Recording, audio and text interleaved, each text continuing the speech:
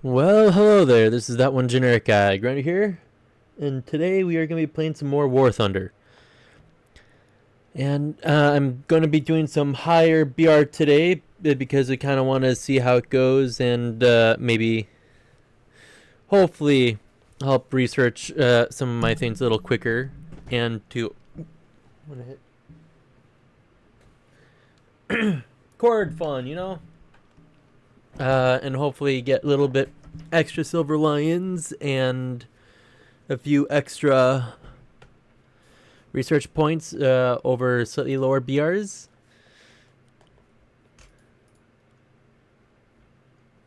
So here we go. I am going to turn things up to at least 10.3.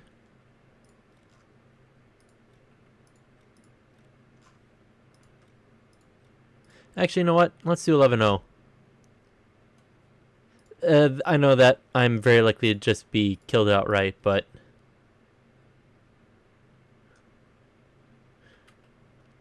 let's get out a big gun.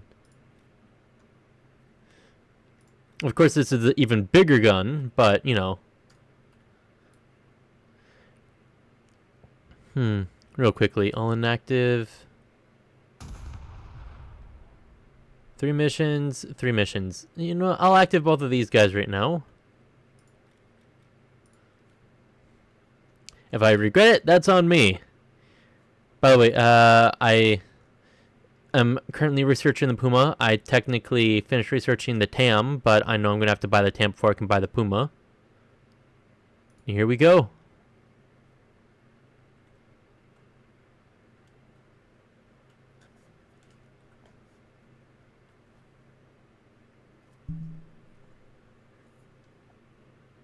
I am very likely to get a godlike if I can get a kill with the KW2, the Germans KV2 that has been taken over and repurposed for their own. Let's take out the lower tier Leopard. Okay, good. Those are the rounds I want. I probably should have chosen city, but oh well.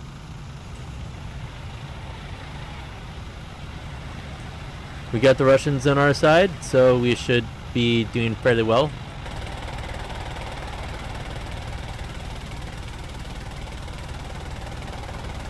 Just remember that unless all three, that all three of the big three nations cannot be on the same team, unless it is basically the equivalent of a country free-for-all.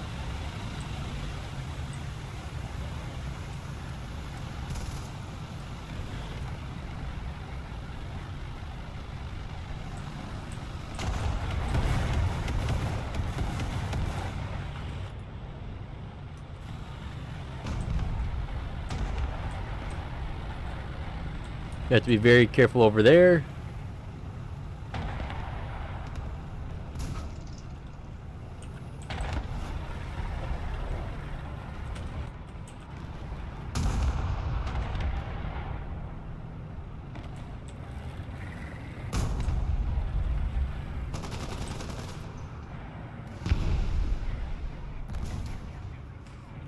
Well, it took A.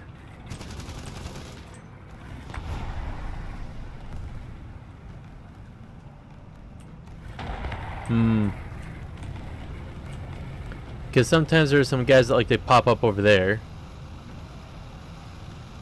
Trying to be very incredibly cautious right here.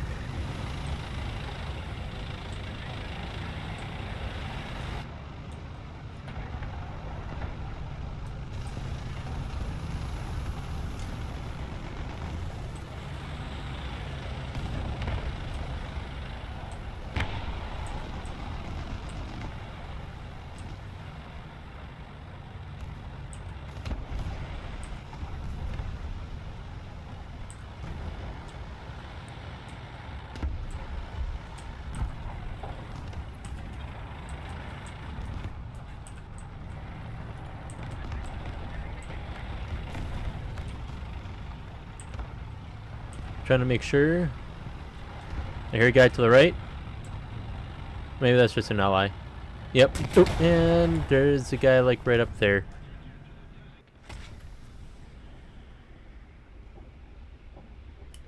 Of course, it's the quarter of a second I look away that it comes out. Well, you know what? Let's go up over here.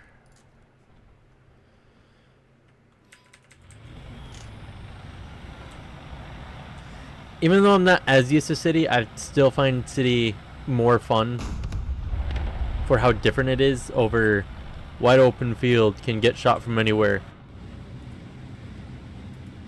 Thermal! Oh!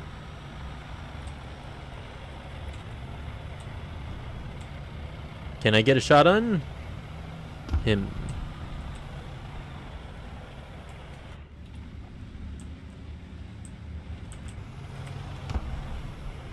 Markham?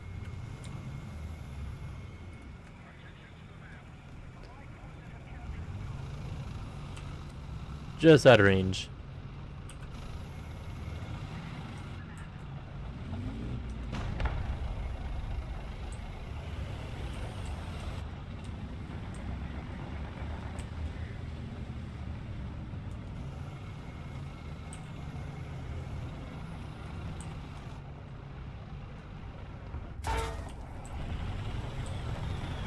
Was that the guy I was looking at earlier? Because if it was, I'm gonna be incredibly unhappy.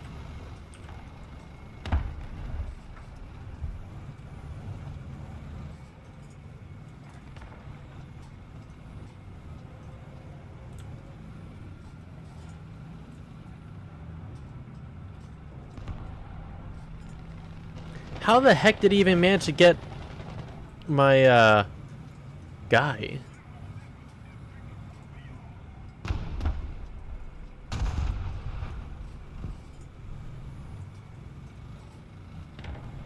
Come on.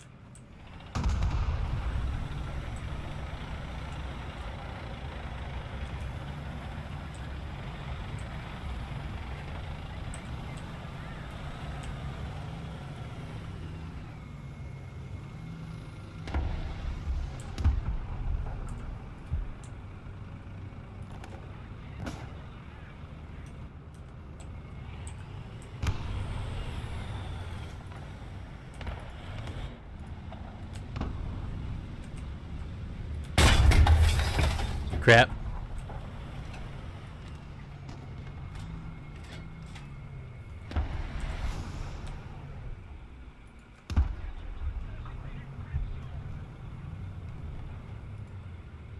He'd be able to fire first.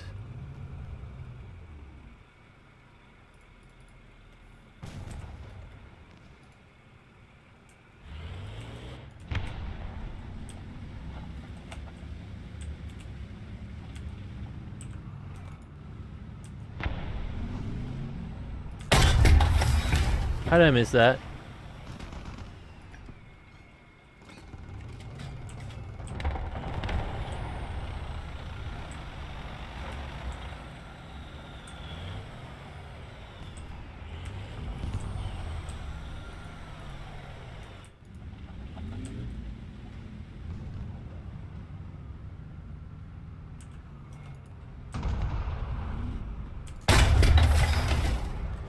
Well, took out his breach at least.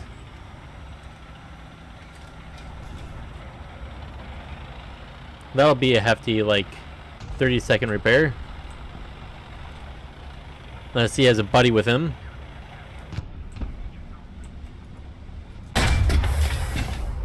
Okay, that guy's dead. It wasn't showing up as very dead in thermals.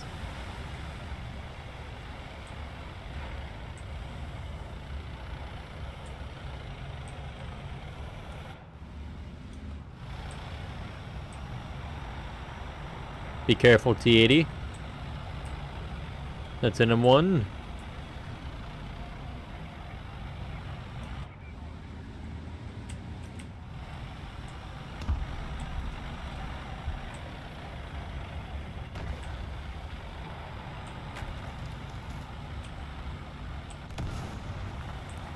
Come on. Let me get a little bit of that action.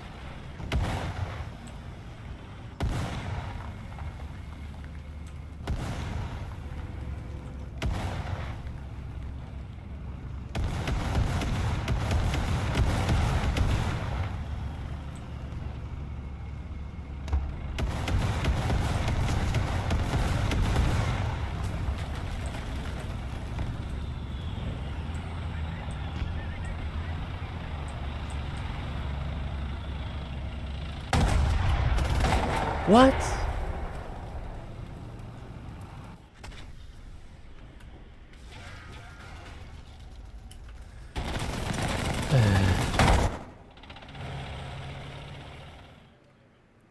Well, let's see if we could do some fun stuff.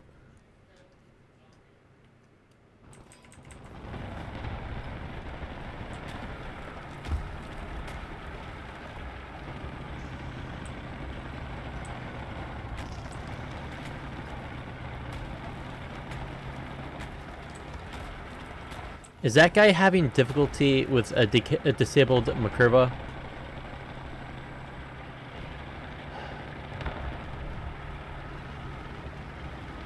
Welp.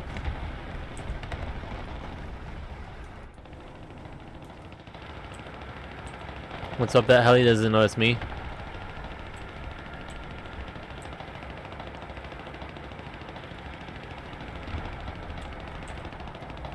Oh, it's probably noticed me.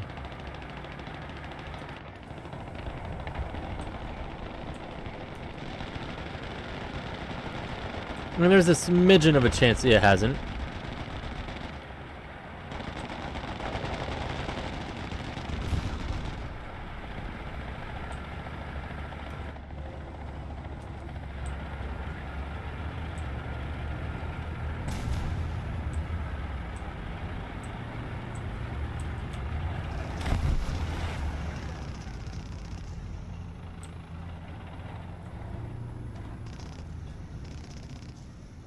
You need to be very careful here.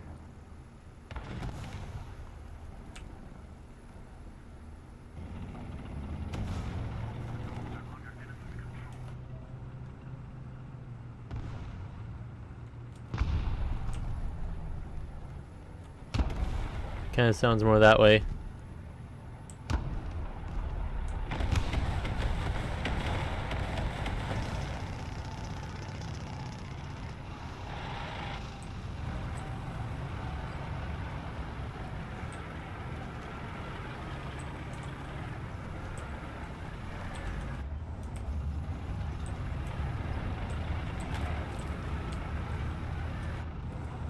Come on.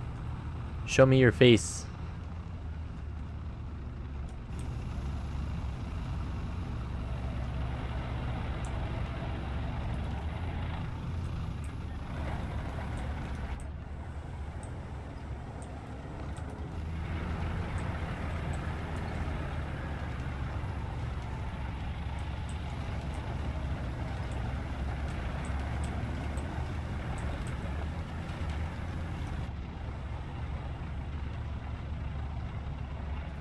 Poke your face out, please.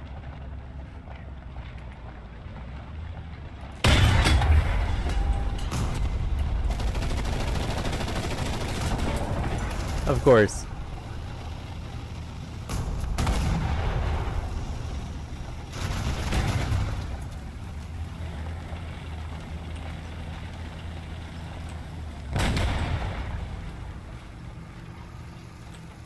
I knew I should have shot his barrel.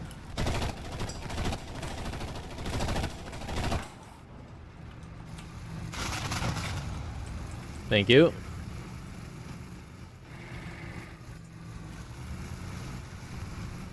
Don't even know how I managed to get an assist for that one, but I'm not going to complain about that.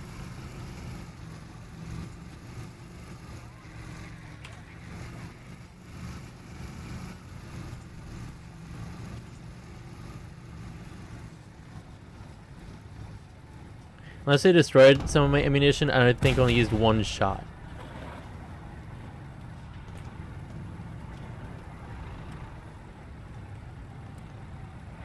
Come on.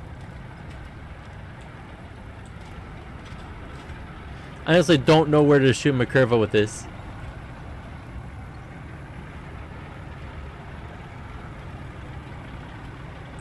Like, the Abrams is the only one that I know would be to shoot the cupola for sure. Or not the cupola, but the top. If you can.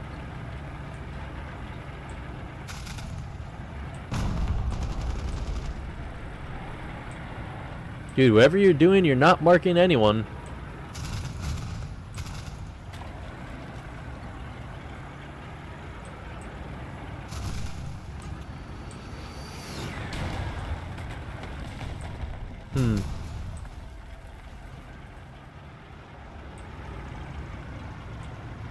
Top tier fun with some low tier memes.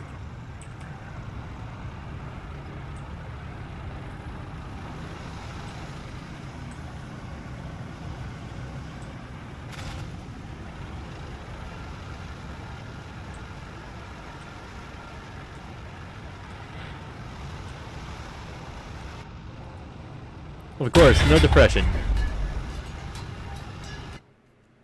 That's what Russian's all about.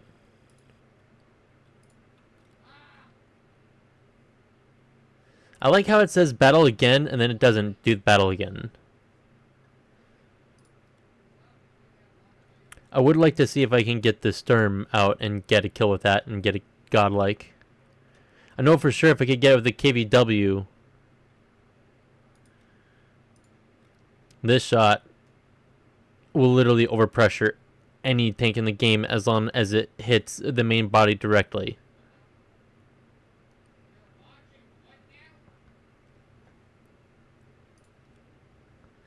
Thank you.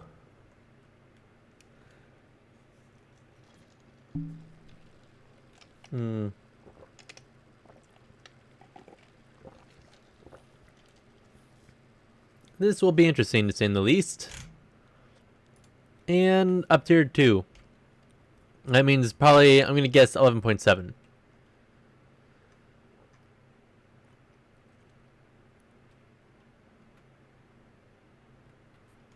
Let's go up top.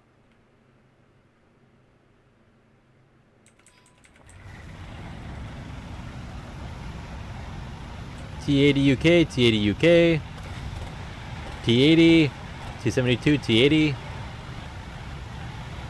There's a lot of T80s.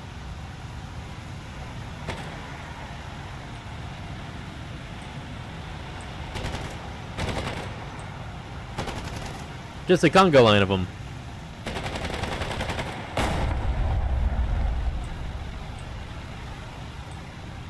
Let's see how this goes.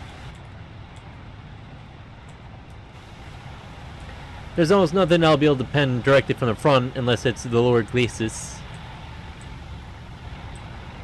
But I can take out barrels. I can take out breaches. And I can also, depending on exactly if I can hit perfectly, I can technically take out some other people from the front too.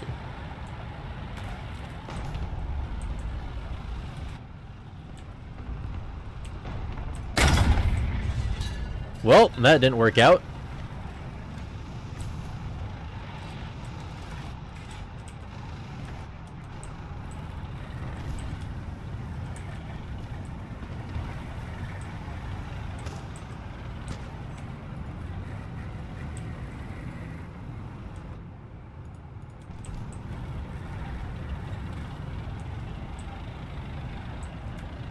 Need to be extraordinarily careful of this area.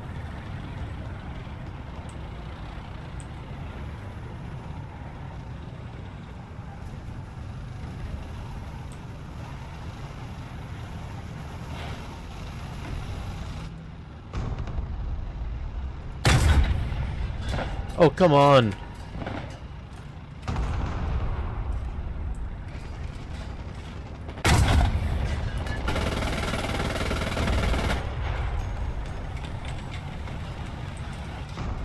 That guy's having a bad day. Well, I guess he was killed. That'd make it an even worse day.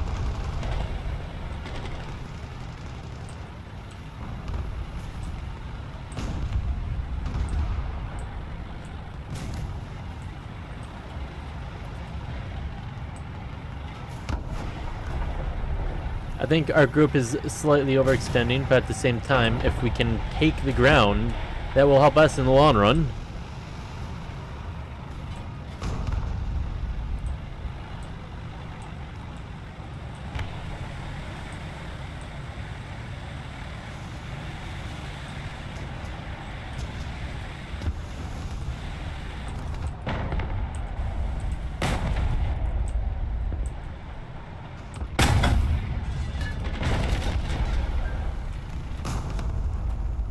Was he shot from the right? No.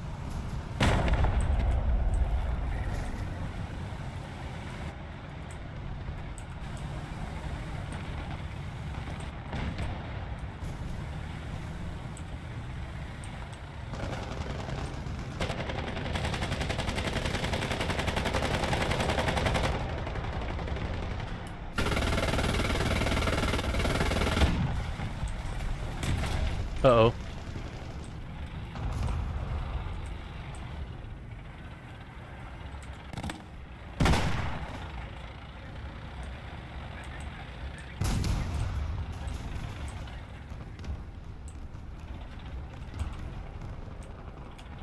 Need to be careful.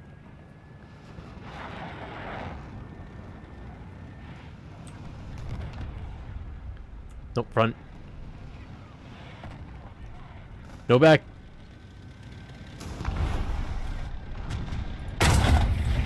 Ooh.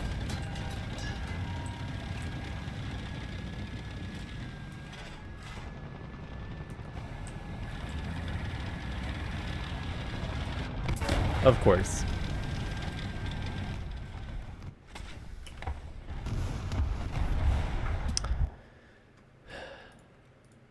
Here we go.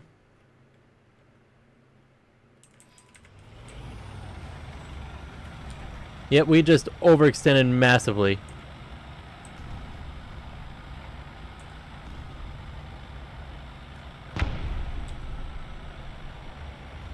Well, looks like an M1 was taken out on the top side.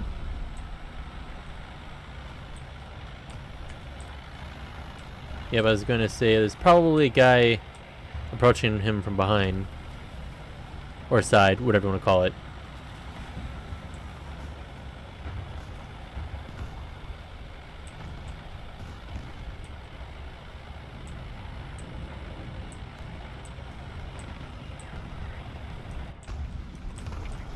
How did...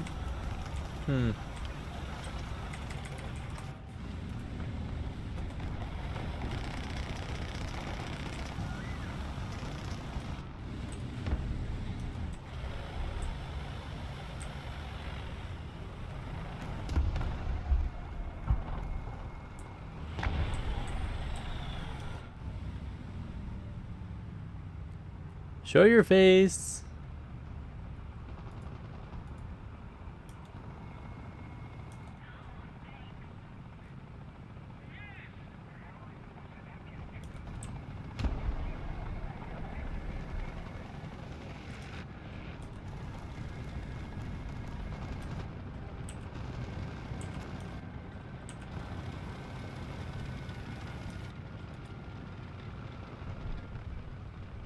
Because he didn't have his thermals on. Nope, he did.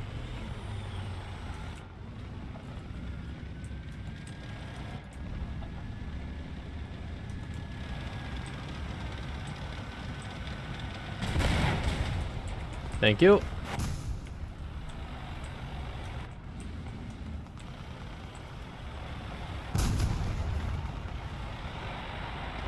Okay, good. That's an ally.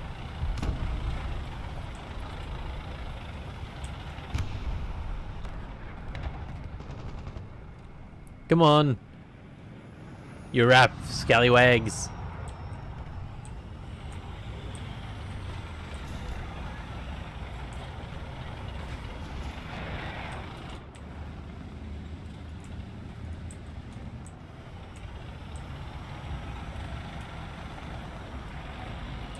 But yep, everyone up top just massively overextended.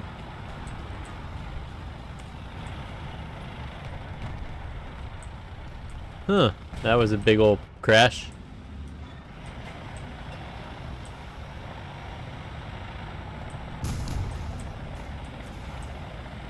Where is Chopper?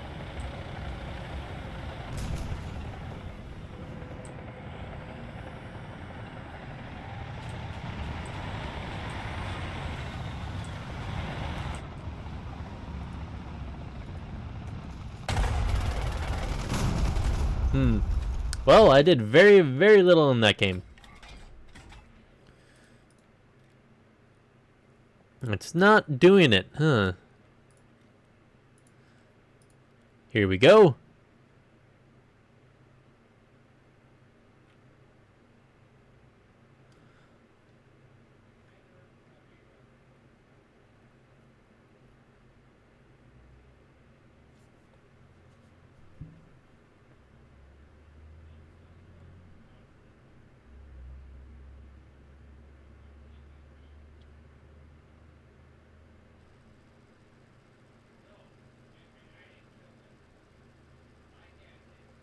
Ah, this map.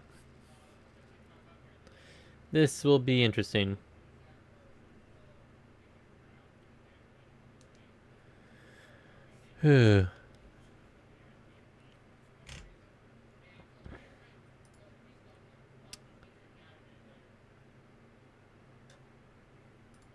Well, might as well take a chance. This will take a hot second. Oh, I am absolutely top of the top tier.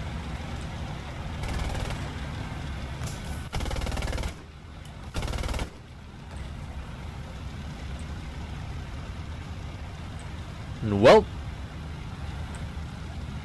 here goes nothing.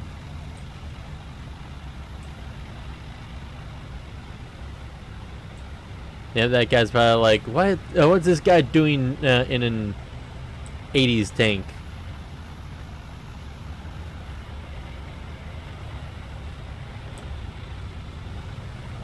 Well, X Factor theme should be playing in the background by now.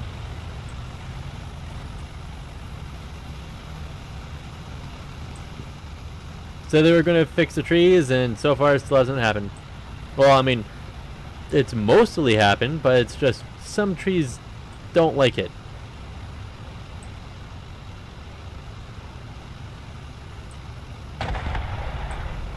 That's not good.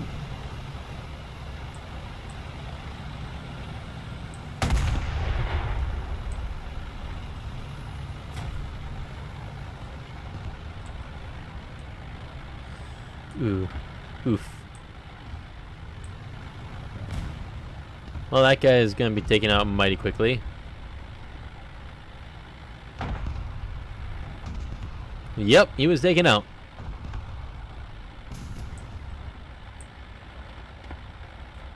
Just boosting up the enemy score.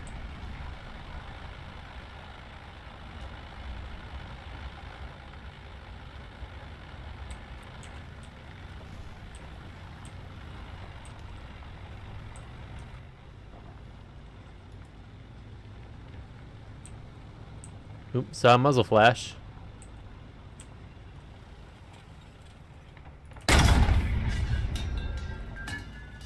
Really close.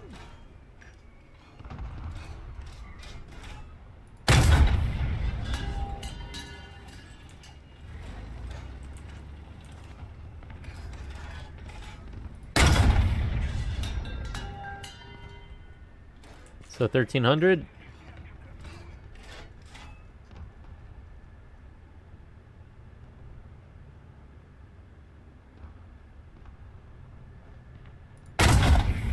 Come on.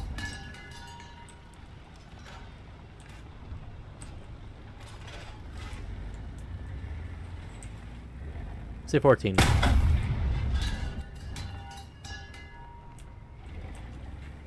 Nope, let's say 1350. Crap.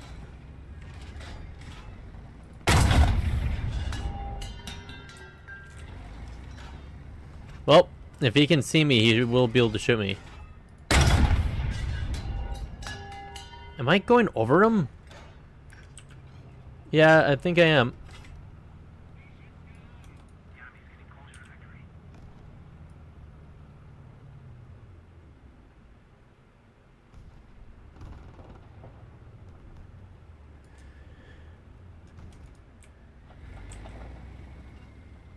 Is he still there?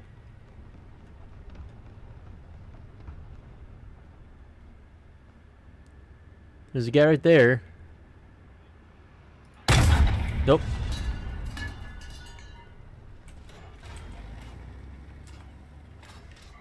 Do a quick look-see. 1,000. Ooh.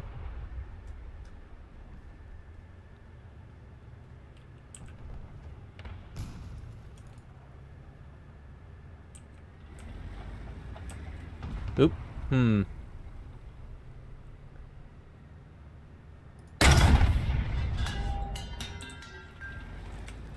Crap.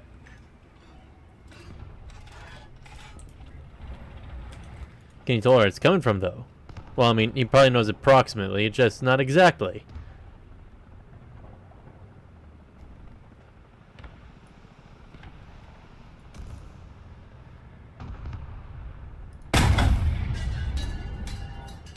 Wow. That turned one tree into 2 trees.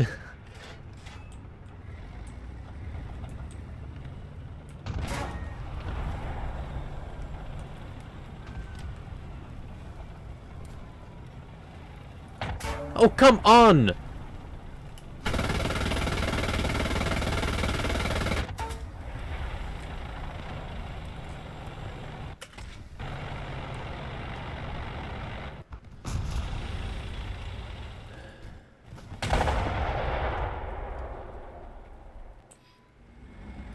Dude, he is in front of you.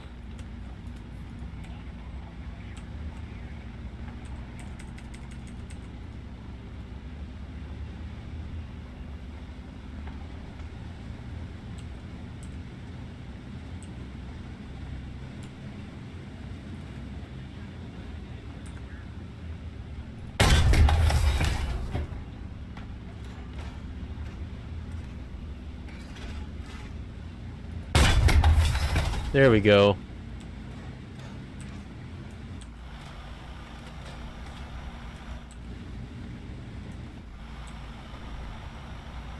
And I guess he was a full BR higher than me too.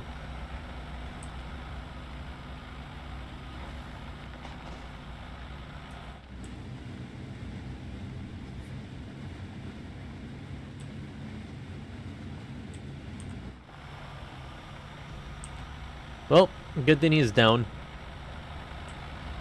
Oh, come on.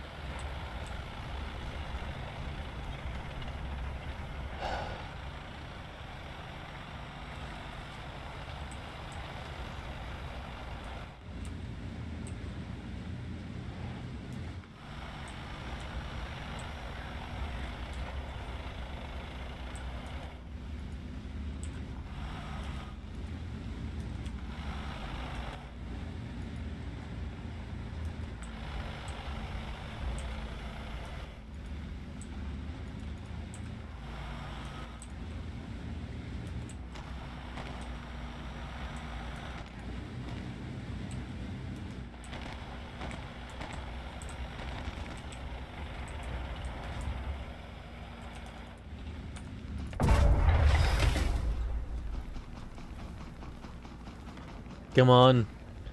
Reload. Don't die on me.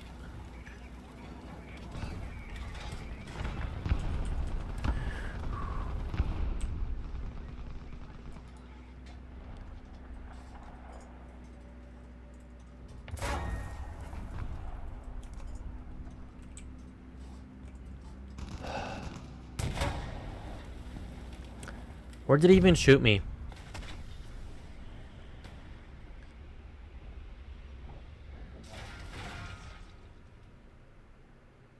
How? That hit the wrong side.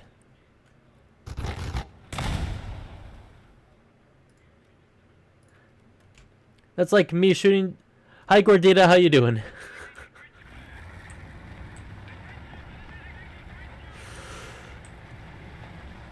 I got a new microphone.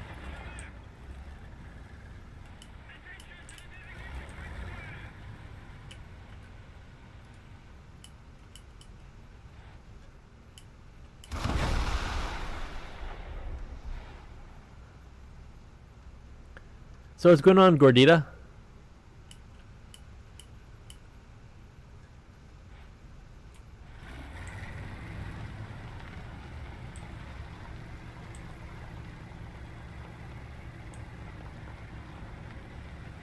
By the way, sorry for me taking so long to respond.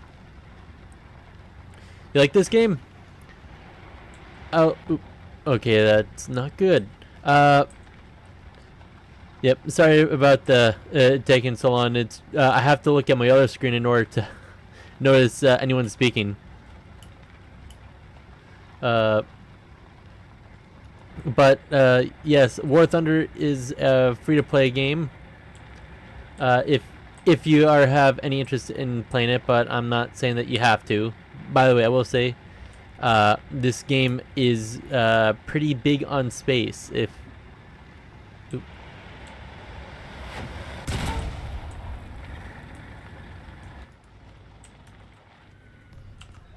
that was close.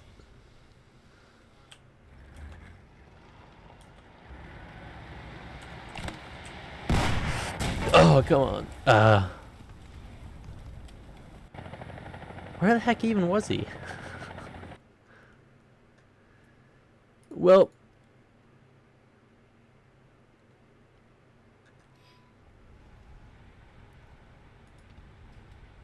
dude, Flarak, you are way better AA than my the G-Pard was. But there is quite a few tanks in this game, and if you have any interest in tank history, plane history, oh yeah, plane history too, as actually, let's see. Oh, it can be, and another at least in the lower BRs, you are a lot more likely to bounce shots with how some of these things go. I could actually kind of show you a little bit what some of the lower BR stuff looks like, and if you're going up against people that don't know what they're doing or don't know how to fight you, it's really interesting.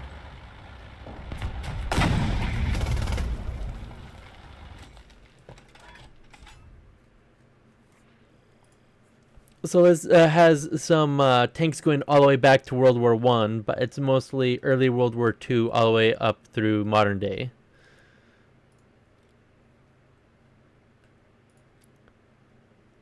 So tier 1, tier 2, here, let's see. Can I find...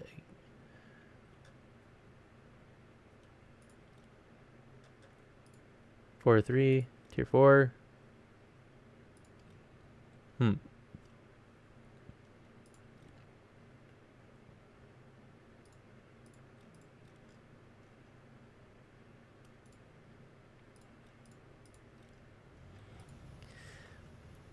This lineup... actually, I should probably go down with the Nashorn to... Let's say that. So this is approximately like a lineup of a 3-0. This is like earlier tier for the Germans. And there is, as you can see, about 10... Let's see, 1, 2, 3, 4, 5, 6, 7. Yeah, 10 countries available right now.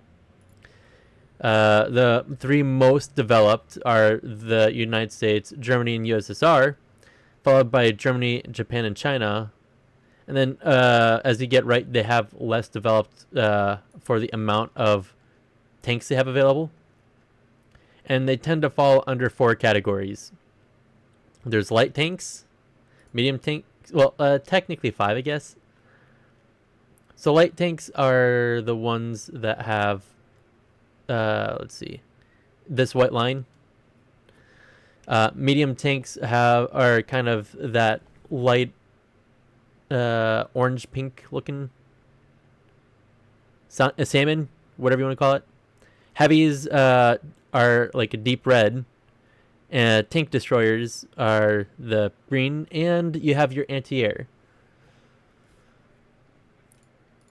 But if you can get a good game and going up against people that don't know how to fight your tank, you can have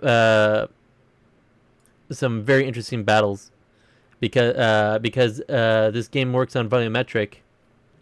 They take slanted plates into consideration when you're being fired at. So even though you might only have X amount of armor,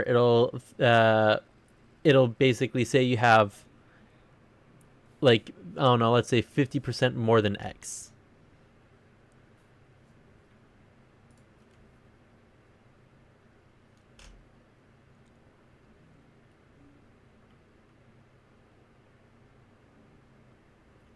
This will be an interesting map.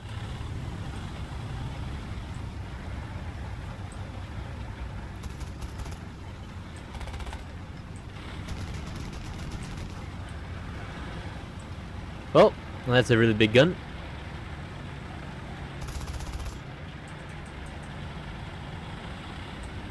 Of course, mine's just as big. 150 millimeter.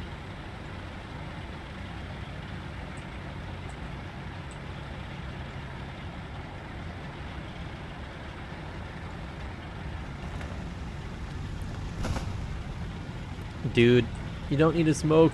At least not our side.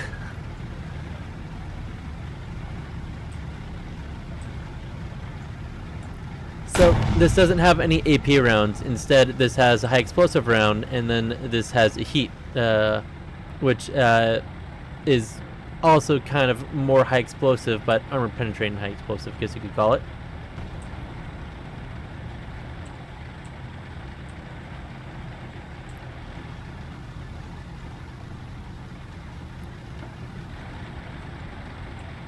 By the way, I do have the heaviest tank in the game. It's called the Maus, M-A-U-S, and it's German. Weighs 180 tons.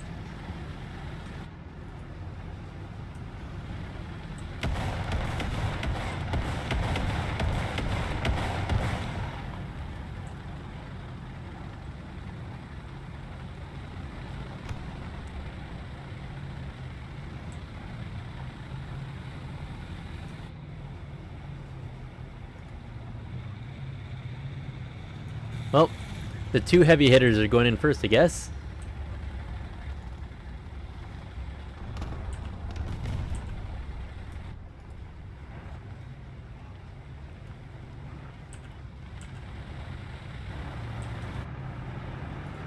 Oh, and how? What?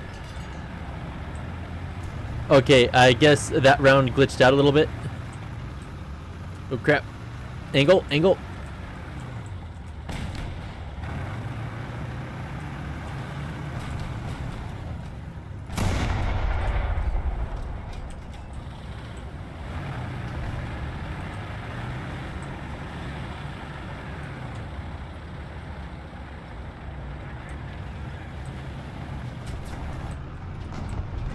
Come on. Thank you! How did that not take you out?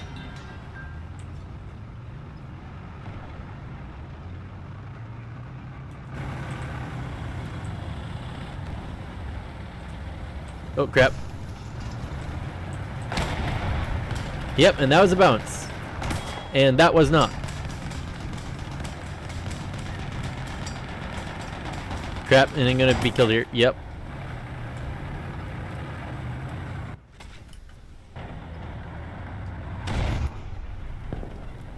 Time to take out the other one, really big gun I have, because why not?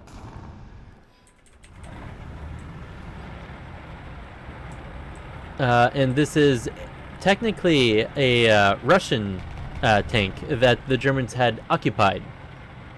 So this is a KV-2, but the German occupied, or German, what's it called?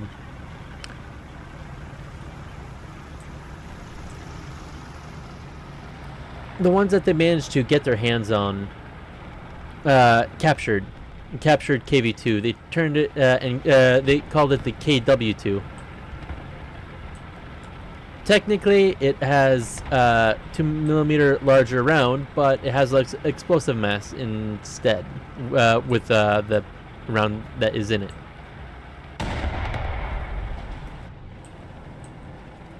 But it comes at being able to be shot much farther and much faster.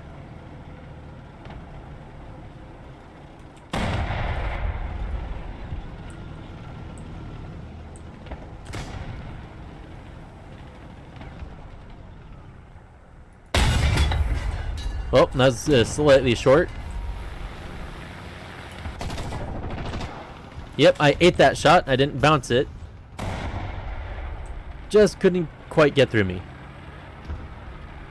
At least not where he was aiming.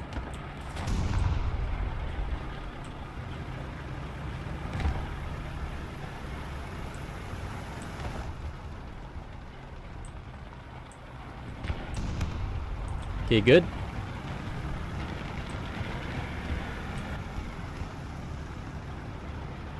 Okay, good. I'm not going to be killed from the side quite yet. Now I'll show you the biggest... Oop.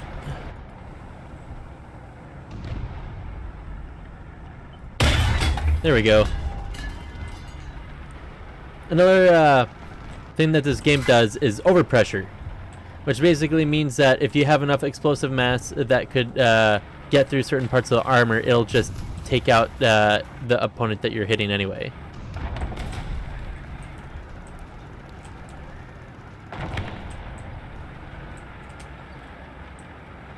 Need to be careful. I might have decent armor, but that doesn't mean that I can't be penned from the front.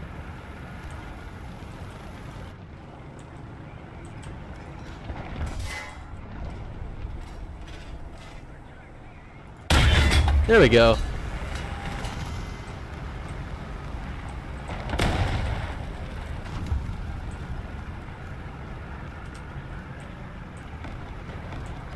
By the way, another thing about this game is audio cues, so you can tell if there's an engine nearby that isn't an allies.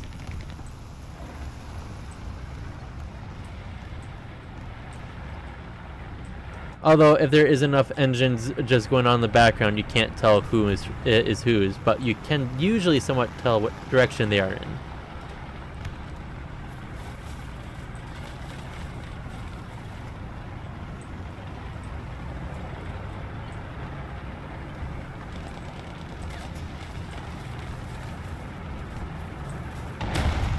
Well, you missed that.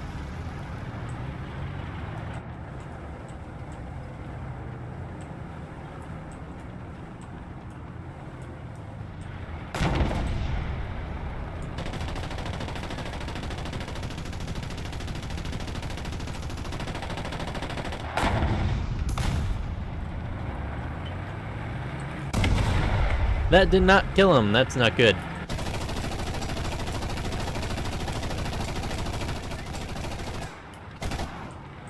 And he knew exactly where to shoot me. Sorry, can you say again? An engine nearby that is... Oh, okay. So you can usually tell what direction an engine is compared to what it is that you're facing. So if I'm looking, let's say, here, actually, let's just use this guy for right now. So let's say I was looking left, and I hear a, crap. So I'm looking left, and I hear something from out this direction. It would still be in that direction if I was facing this way. It'd be all the way back into my left. And if I was facing to the right, I would hear it as if it was behind me, because that's the direction I'm facing, if a tank would be that way. Same thing goes for planes and, well, I guess technically boats.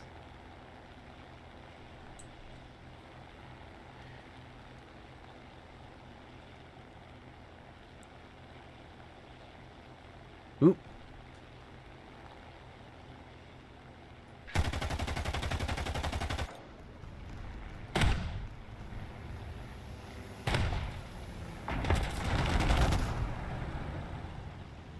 Uh-oh.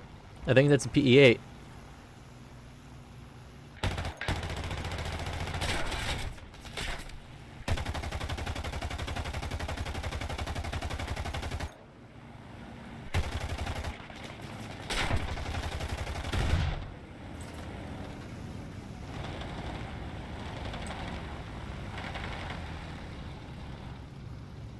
Come on. Turn the bird!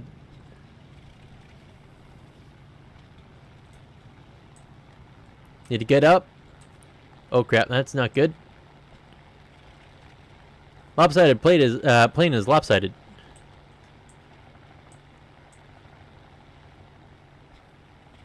Okay, it was taken out. Well, looks like the PE-8 managed to get its bomb off anyway. Well, I'm about to be killed.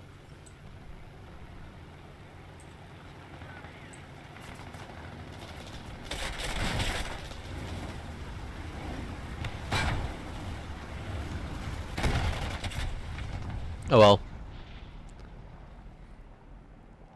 And this is where the Ostwind would come in, the anti-air.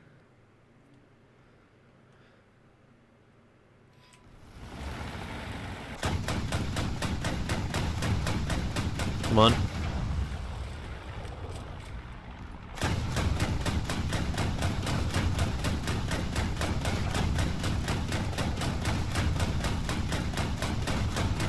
Oh, I didn't manage to get a good shot. Oh well.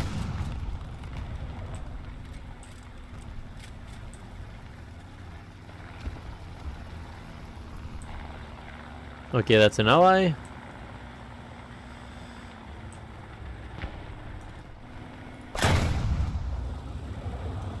Respawning tree.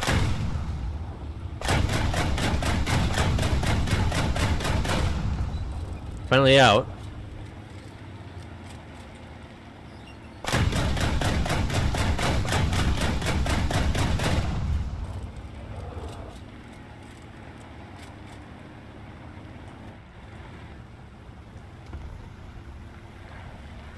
You can also hear planes how you would hear tanks, except for planes you can hear from much further away. But just be aware that just because you can know their general direction does not mean that it's easy to figure out where they are. Like, they might be higher than you think, or they might be so low over the ground you can't see it over the hills and buildings, if there are buildings, I should say.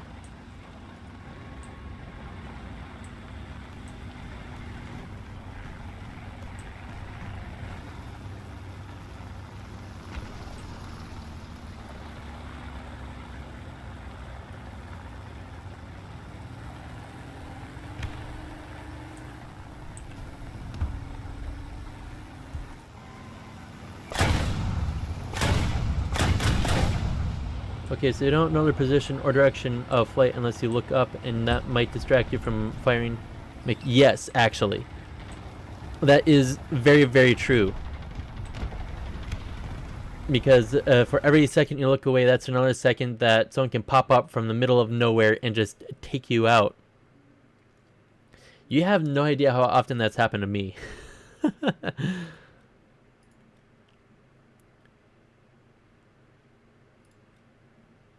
Here, actually...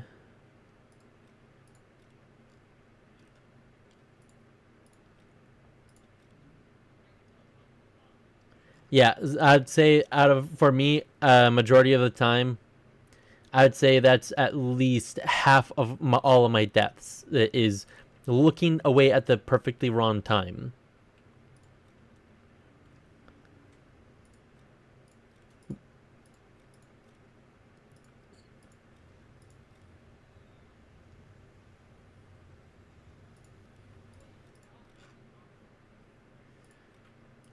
I'm going down in BR just a smidgen.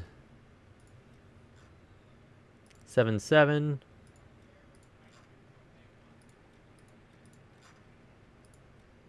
So I'm doing a mostly 7-0 lineup. Let's see. Actually, I could just grab the Sturmhorser, because why not?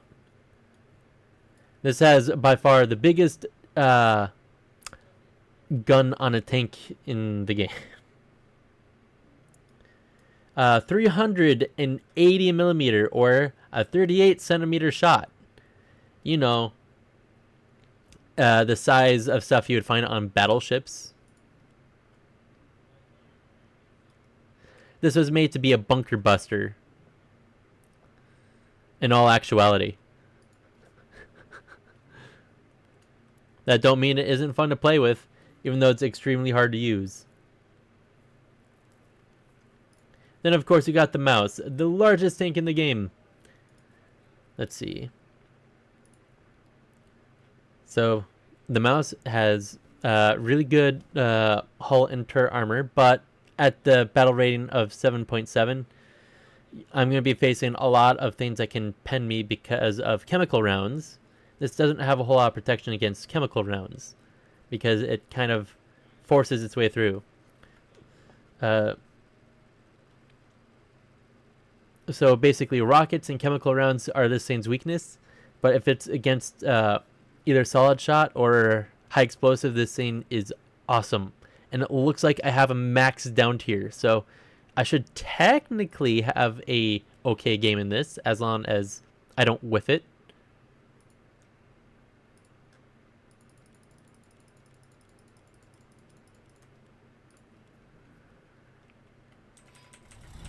By the way, this thing is, even though it is a behemoth, it's about as fast as a crab.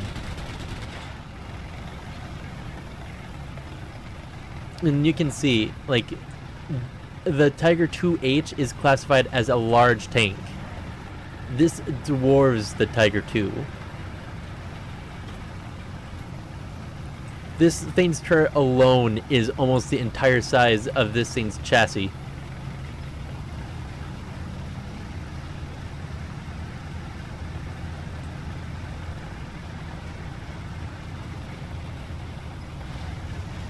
Oh, sorry, Tiger 2.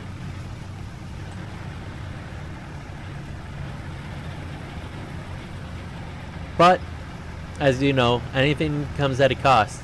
Because it is so heavy, it is extremely slow. And in real life, this thing's design was so heavy that it was actually breaking concrete that it was trying to, you know, go over.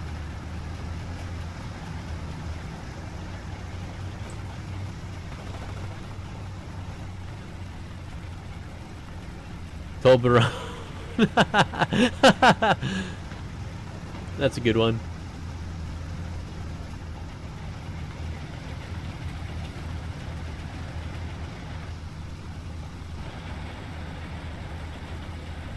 Honestly, it plays like a brick. You want to make sure that you can get into a good position and that it's not hit too hard. If we brought this back down to the World War II era, almost nothing would actually be able to pen it, even from the sides. And the sides and back are usually its weak point, by the way.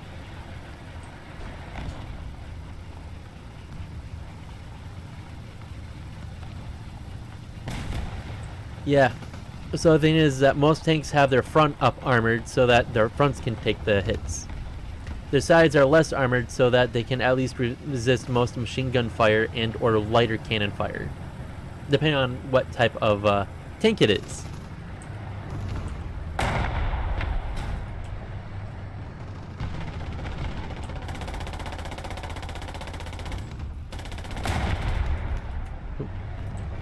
When they hide behind bodies like that, it's kind of difficult to notice them.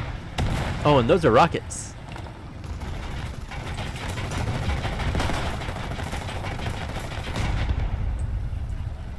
Can I angle down?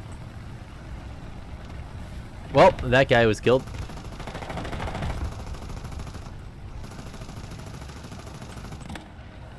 Try to block off the left side a little bit from the line of sight. Make my epic entrance. Just see this massive heaping monster of metal.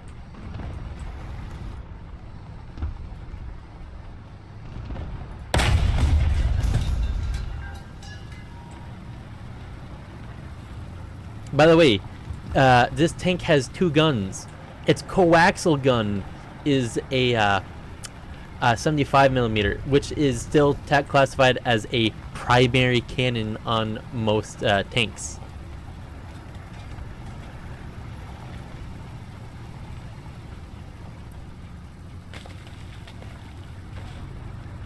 Oh, can't get through that. 75mm. Oop.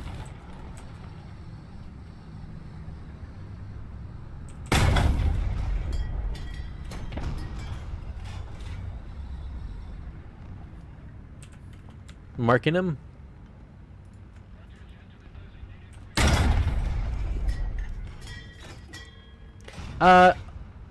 It is actually not that small. Let's see.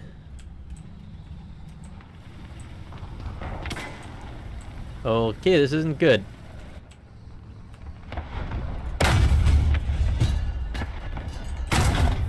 Thank you. So the thing is that the average gun for the Germans for World War II was an 88 mil. So if an 88 mil is classified as the primary weapon for most German tanks, a 75 mil is, like, don't get me wrong. Ooh, where is it? Oh, there he is.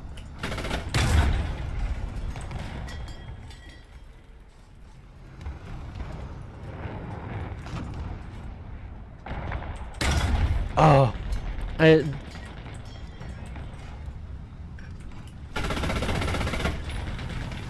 Oop, yeah, up front.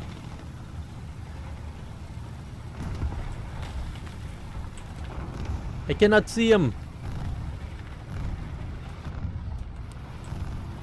So basically, this thing's secondary weapon is still the size of a primary cannon on many tanks.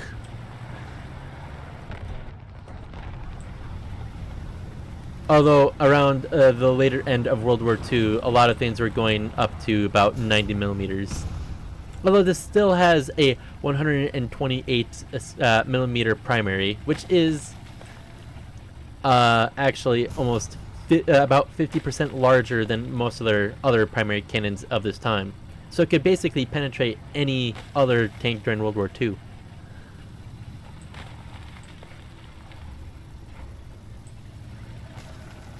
So basically it was impenetrable and it could pierce anything it shot at least for the time it was made. But the thing is that, well, I'm sure you noticed earlier that I was bombed, right? The thing is that this tank was so big and such an easy target to bomb that it was actually impractical in that sense. Not to mention that it costed a ridiculous amount of resources. And also the fact that it kept on sinking into mud and breaking concrete, literally infrastructure, that they actually stopped, they didn't like mass produce this.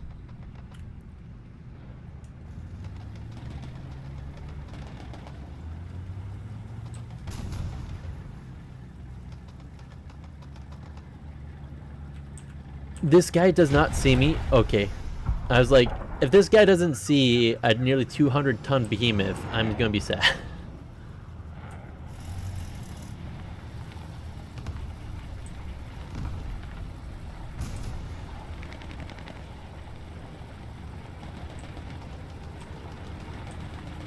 Nope.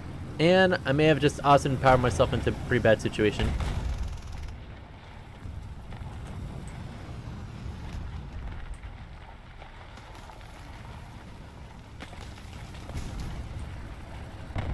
Here, let's see. Oh, that guy was just taken out. I guess I'm the sole defender of the left side. Left side, sorry.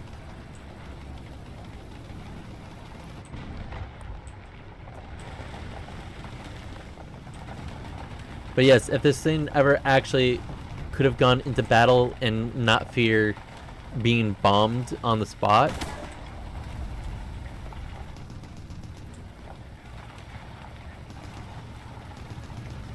this would have been, well, a, what was it called? An Uber weapon, as the Germans would call it. I will say that the shrubbery is not something that's built into most tanks, actually. These are technically decoration.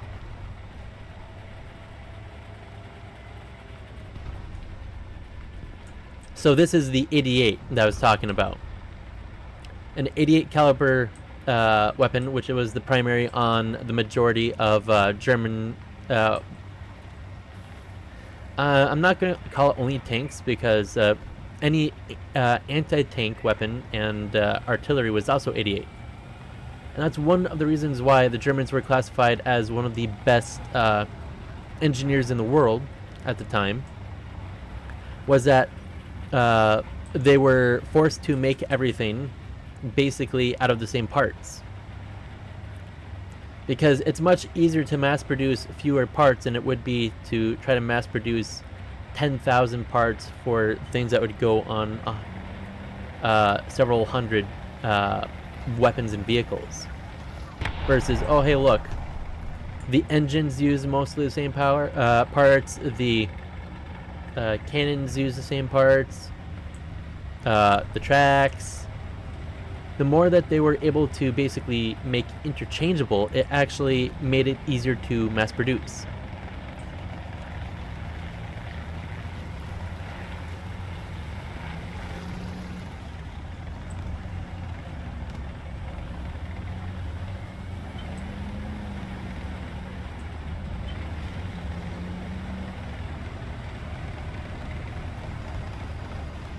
Yep.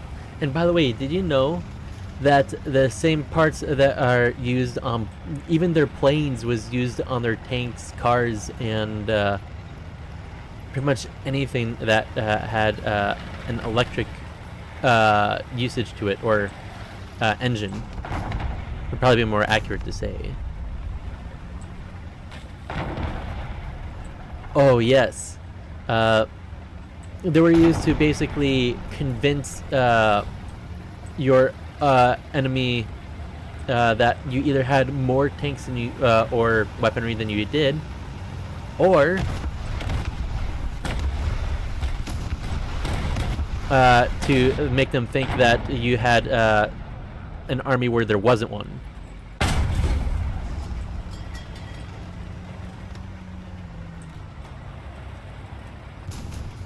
An eye for an eye makes everyone blind.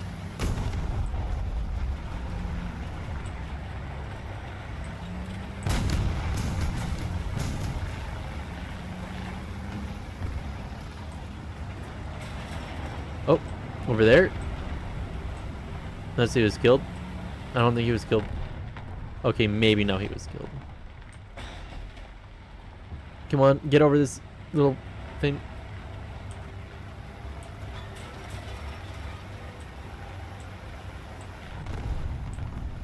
I'm probably gonna get shot in the side.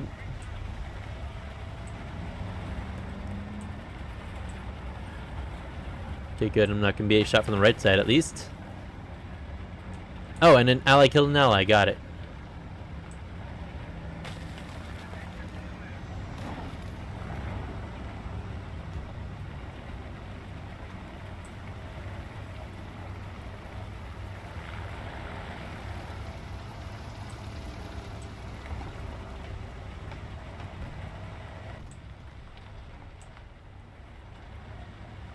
Oh, by the way, another fun fact was that one of the major reasons why many armies didn't use the same caliber weapons was to make it more difficult for your opponents to basically use your own ammunition against you.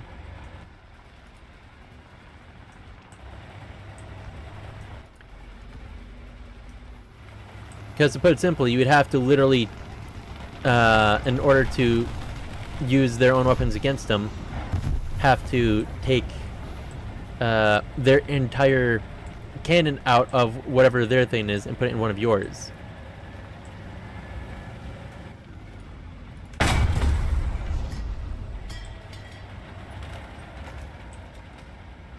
Because another thing is that let's see.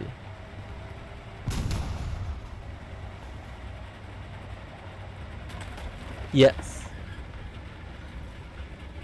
So that means that if your enemies ran out of basically ammunition, they couldn't go over your guys' stuff. Oh, he's bombing me, and he missed badly. They couldn't replenish from your troops, basically.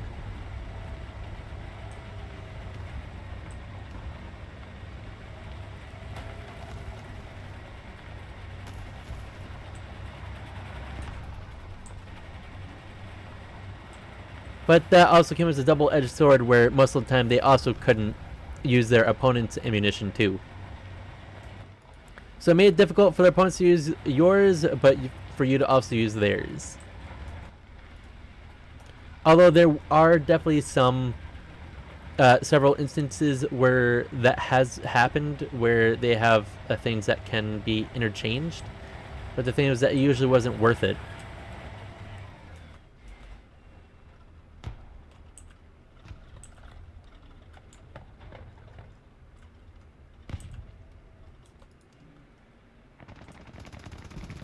Now these two make or change out your own equipment to their equipment, because then basically if you got resupplied, you would not be able to use your own ammunition if you ran out of their ammunition.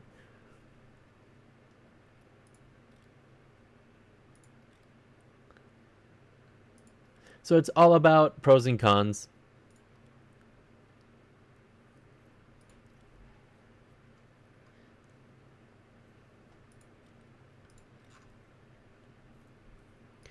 And then we also have Cold War tanks like the Leopard, the Martyr, the DF, and the Weasel. Here, basically, you can kind of generally see it as this: World War I and maybe very early World War II. This is World War II early for sure. This is mid and starting to get later into World War II. This is late World War II. Then we go to Cold War. Now, let's see. And then we're kind of getting between Cold War and modern, and then this is modern. And they also have helicopters, although these haven't exactly been fleshed out very much. But their aviation trees, on the other hand, are massive.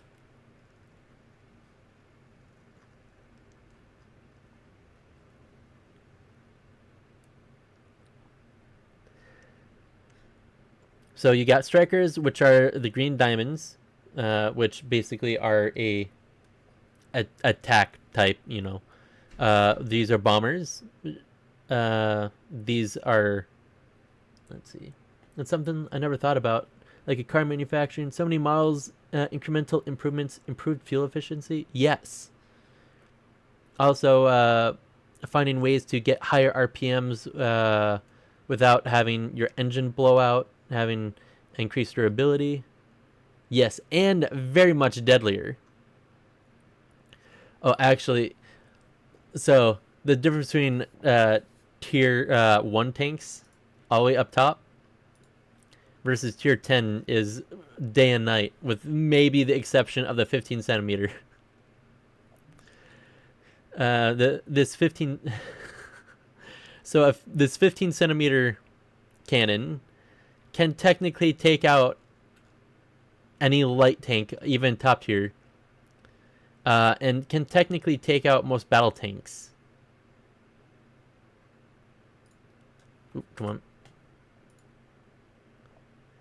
Here. Preview.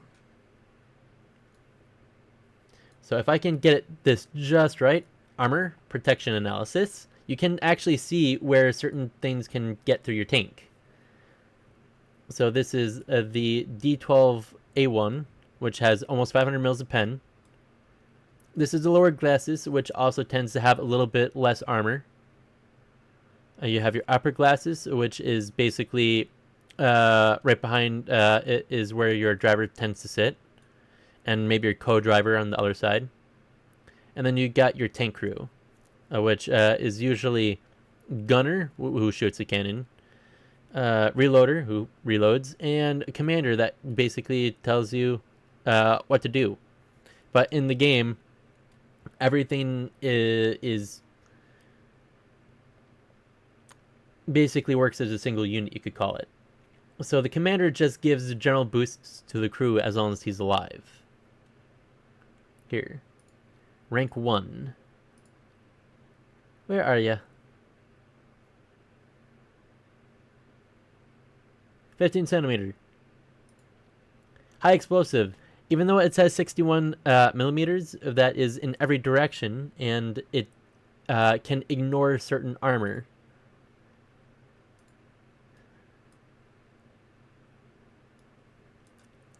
World War I tank can shoot a World War II tank and kill. No, a World War I tank can shoot a modern tank and kill it.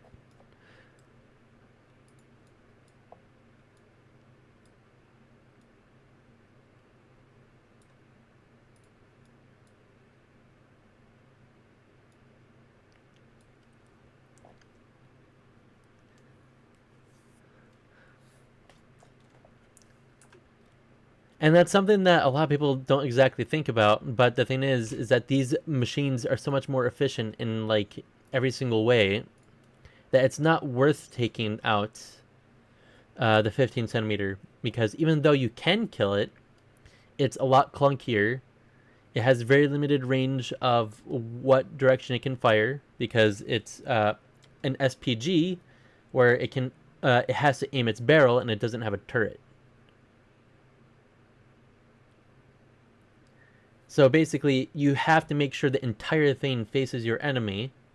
And, well, here, I can kind of show you. It's an open top. So with it being an open top, you can be easily machine gunned or easily overpressured.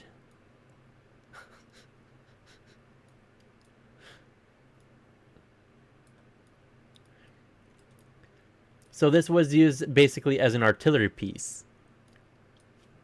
It wasn't meant to be directly in battles, but it was meant to basically shoot at where approximately where the enemy is and hope it hits close enough to him and takes him out. At least that's what the real life equivalent did. Of course, in War Thunder, that's not exactly how it works.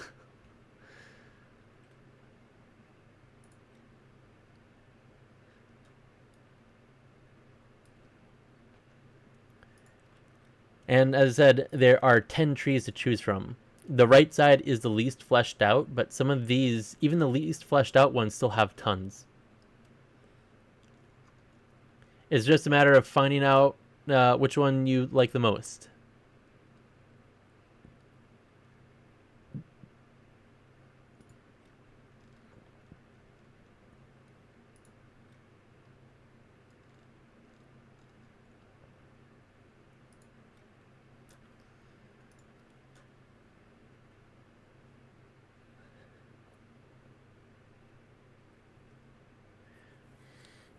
So, kind of. Well, so here, I'll kind of give you a rundown.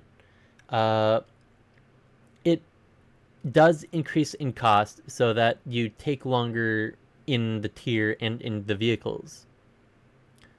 So, as you can see, this costs 2,900 research points, which I would be able to get fairly quickly. Versus way down here, 180,000, 220,000. I believe this was 180,000. And this would cost $500,000 to get. Up here, if I were to need to buy one, this might cost like 10 or 12,000 silver lions.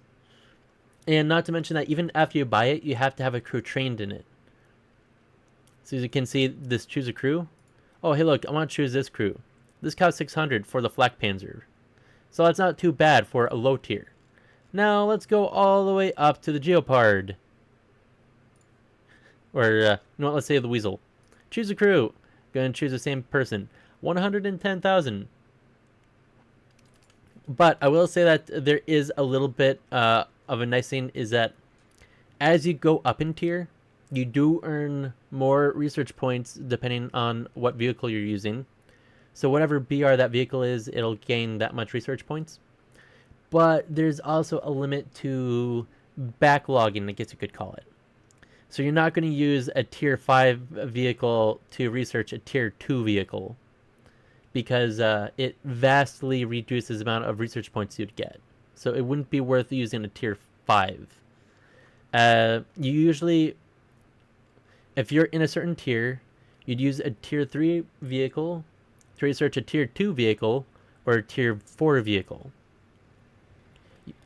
Otherwise, you get vastly diminished returns. So if you're using a tier 3 vehicle, you're not going to be able to research a tier 1 vehicle very well. Even though you would gain more research points at a higher tier, it reduces it.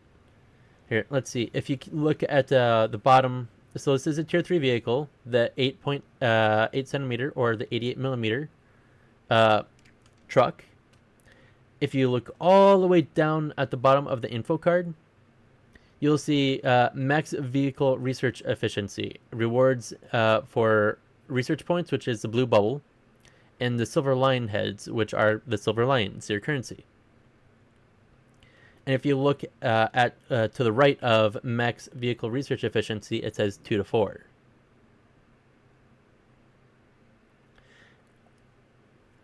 If I remember correctly, for every tier outside of the tier it's supposed to be researching stuff from, it reduces it by approximately, 40%.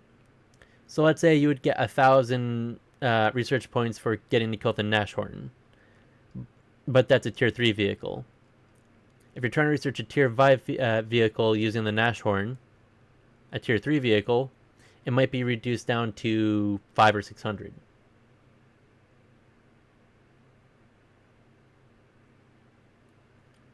Which is why usually you either want to use one tier below or the tier at. And if possible, if you bypass some like I have right here, you can be one tier above and you can research these super efficiently. Because you don't have to worry about, using the vehicles in this tier to research it. You can use the vehicles one tier above it. But that also requires you to have a certain amount researched in that rank. As you can see, in order for me to research rank 7, I have to have a minimum amount from rank 6 researched. As you can see, I have to have a minimum of 5 researched altogether in order to start doing tier 7. But I also have to make sure I get through their trees. So if I want to research a TAM2C, I can't just, after researching 2 more, just say I want to research that. I'd have to go through their line. So I'd have to research a Puma, Begelpanzer, Radkampfwagen, and then the TAM2C.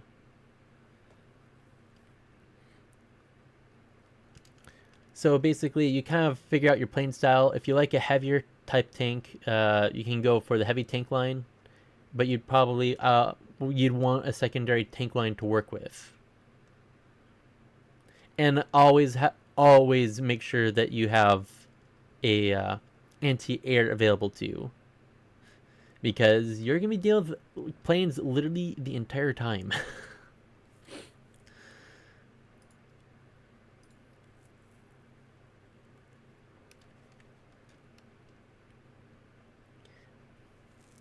By the way, I will say this: it is incredibly.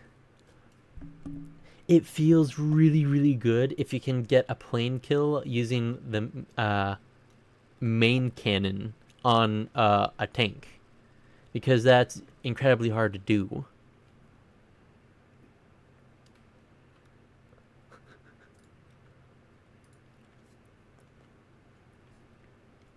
Yes, it is indeed very satisfying, but it's also ridiculously hard. So most of the time you're doing it if you are in a safe spot and you don't really have any opponents that are coming up close to you. So like this would be classified as a safe spot. I could try firing at a plane or helicopter. So I sort of went over what certain rounds can do, but I didn't go through all of them. So this is APDS, which is basically a solid shot, and it's meant to basically purely pierce armor. This is a Besh round, or Hesh, where it's a squash head. It's basically, it's meant to hit your target and just basically explode. Its armor profile doesn't matter so much as how much raw armor it has.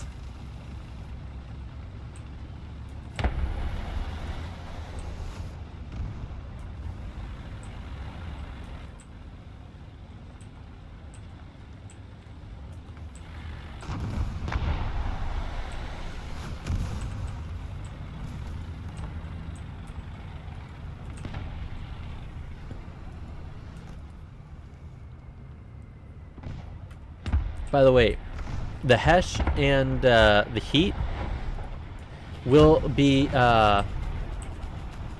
activated by any sort of obstacle, including bushes or trees. Solid Shot, on the other hand, doesn't. Then, of course, there's also High Explosive Filler Shot, where they are not activated by just hitting something, but after going through a minimum amount of stuff.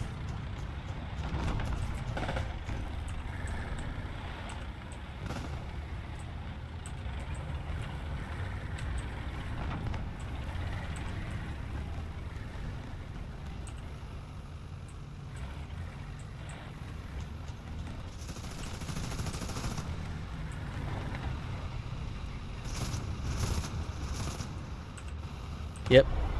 They have that chunky engine sound, if you know what I mean. Or beefy is what would probably be a better word. Oh crap. I can't see them very well.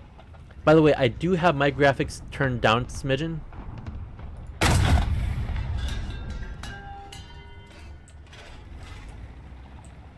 So the trees may look a little wonky, but there is an actual reason for me doing this. Is that it actually helps, well, gameplay. But that also means that it looks less nice.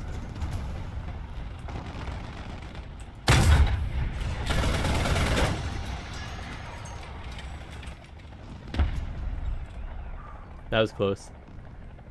Yes, there are... Oop.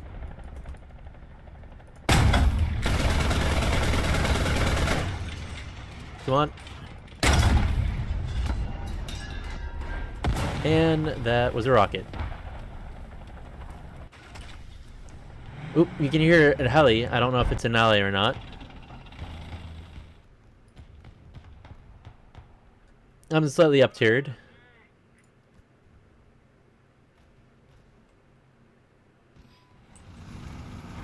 Where's heli? I can hear it.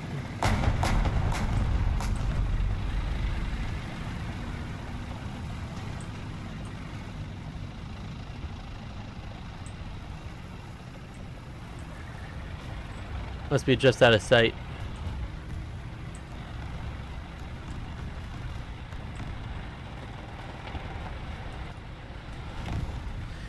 Also, your tanks start getting something called stabilizers. Sorry. Speech impediment, that's what you get. Stabilizers allow your tank to be able to fire while on the move, or to set quicker, I guess you could call it. You have to be, I'm probably gonna be shot here. Yep.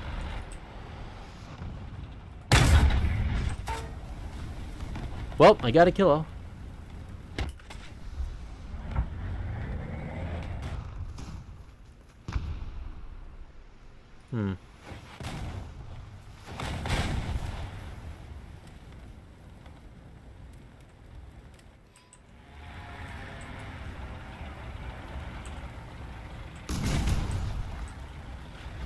Looks like I'm one of the last few people left on the team. Yep. If you see these pilot helmets, that means that they're no longer playing.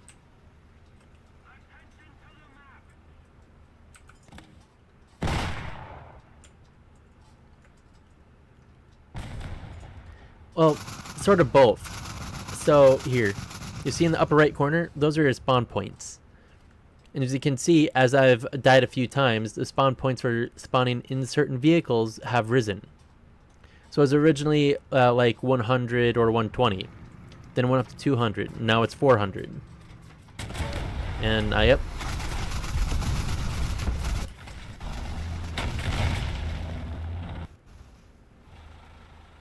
So I still have 500 points left. I can spawn in at least one tank. No worries. If you have any interest in playing this, being able to make an informed decision if you truly want to play it and understanding at least some of the basic mechanics are alright. Besides, I play this for fun. I'm not necessarily always doing this for competitive reasons. Although, don't get me wrong, I sometimes like being competitive.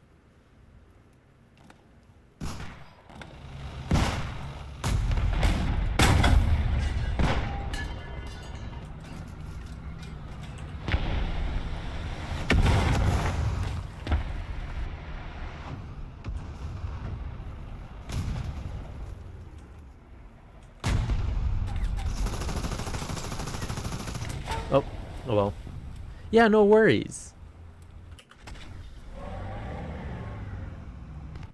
But I will say though, that do not be surprised is if you play sometimes and you're going up against people that really know exactly what they're doing.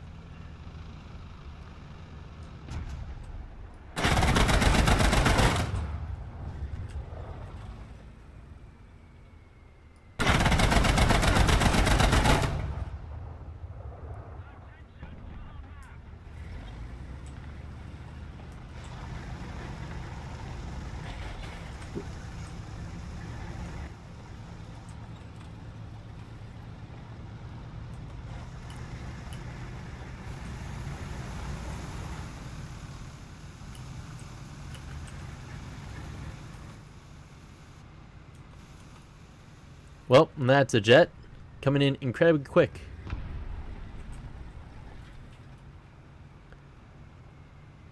$300 a second. And yep, I just wasn't going to be able to do anything. Either that jet was going to take me out or someone else was.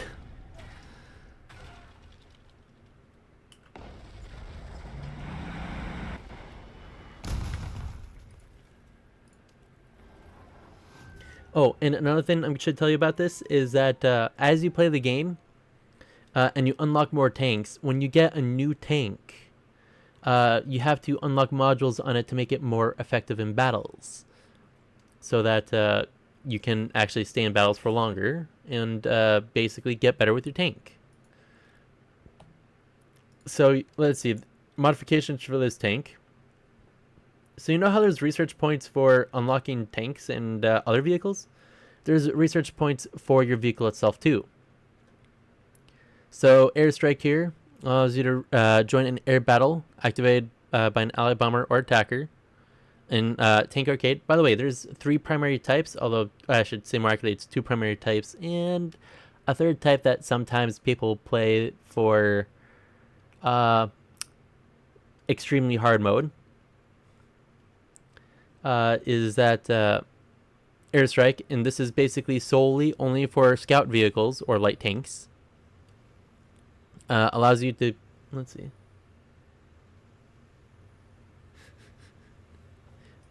So you want to play more air? That's cool. But if you're talking about being able to spawn in air vehicles while in a realistic battle, because here's the game modes. There's arcade, there's realistic, and then there's simulator. But simulator is only up to World War II. And then you have, let's see. And then there is these 2 things where you try your best to deal with AI, and they will try their best to basically take you out. And you get bonuses for doing these things. Here, let's see.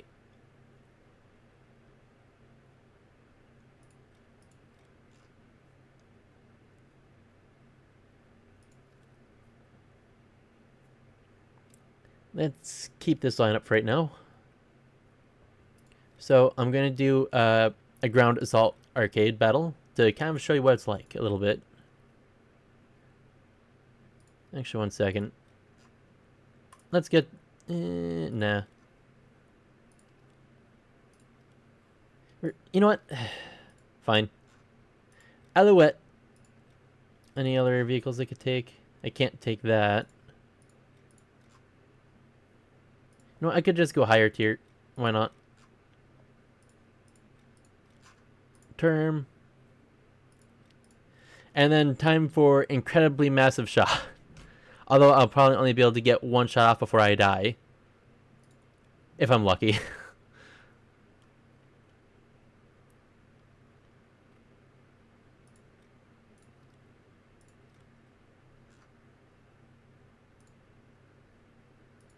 Leopard. Oh yeah, that's right. I can't take that. Oh well. Sorry about that. Okay, we're joining one. And so the thing is that these are meant to be difficult unless you have a way to cheese it. But basically, put it simply, it's a bunch of AIs that just go towards your base, and that's it. Although I will say that they do fire at you too. Don't get me wrong. They will absolutely obliterate you. Because they have the cheat of knowing exactly where to aim to hit you. Maybe not always kill you, but always hit you.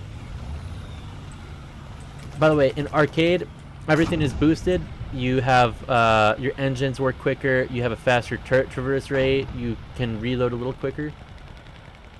And if you see that white little plus sign, it will show you where your shot will land.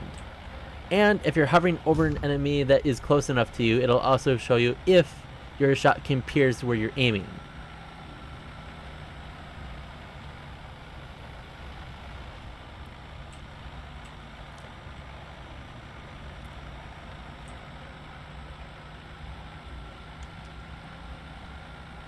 Okay, they're on the bottom. Okay. And that's not good. And I whiffed real hard.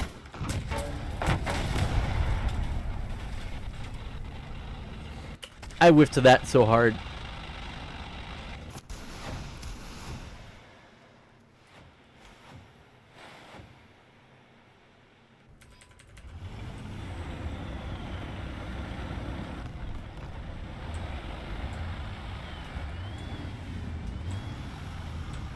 But yes, as you can see, a lot of people just decide to spawn in helicopters instead because they can be very much more effective in many circumstances.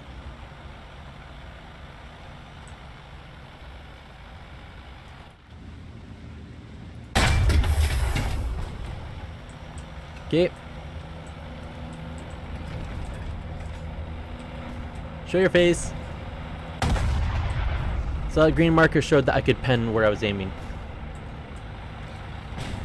That's awesome. Oop.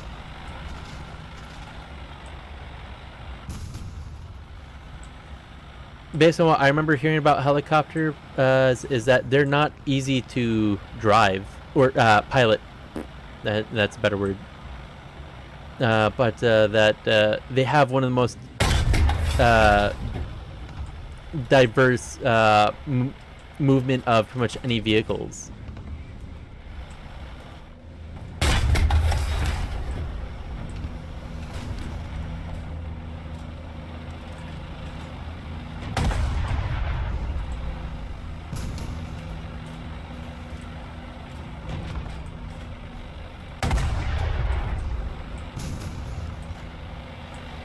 Come on. Thank you. Now I need to get behind some cover, otherwise I'm going to be blown up mighty quickly. Thank you. I wasn't even aiming.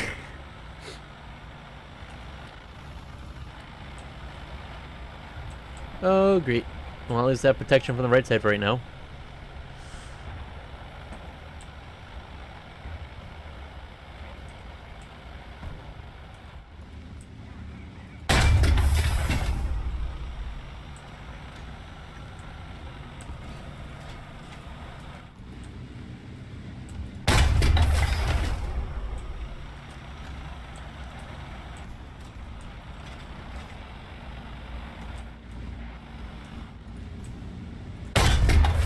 Double kill.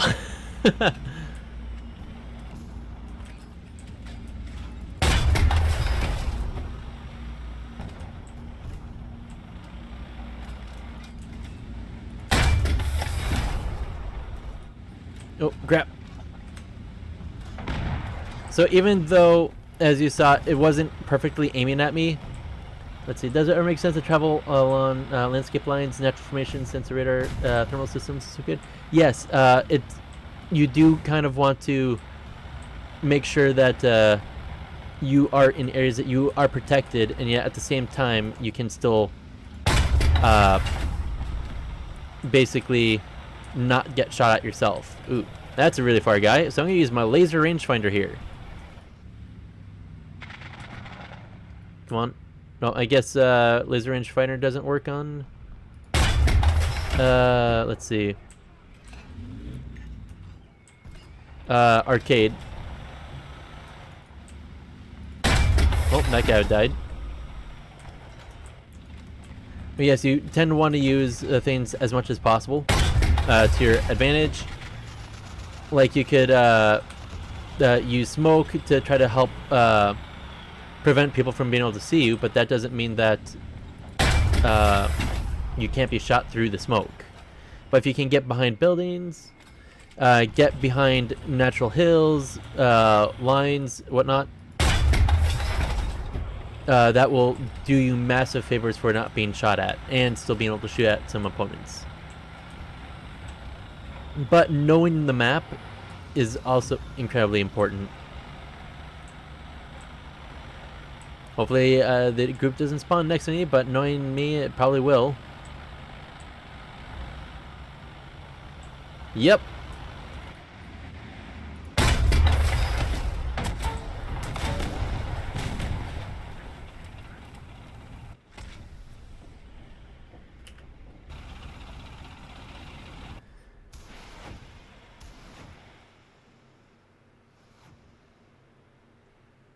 Here, let's get out the Sturm Orser so that I can just heli it up. And let's go 8.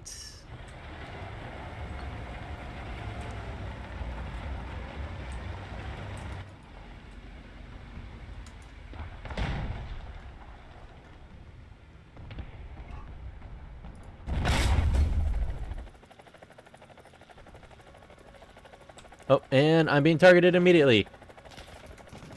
And I do have not countermeasured. Crap. So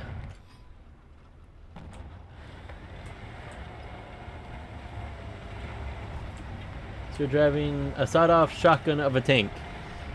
Pretty much. Unless, of course, I cannot fire. In which case, I'm just driving a chassis that is just waiting to die. There we go.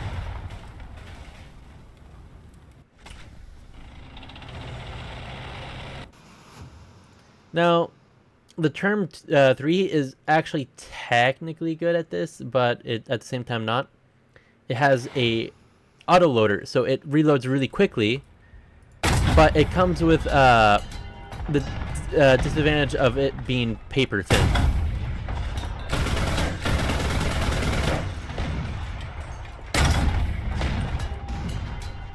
Now let's besh it up, or hesh. And I died.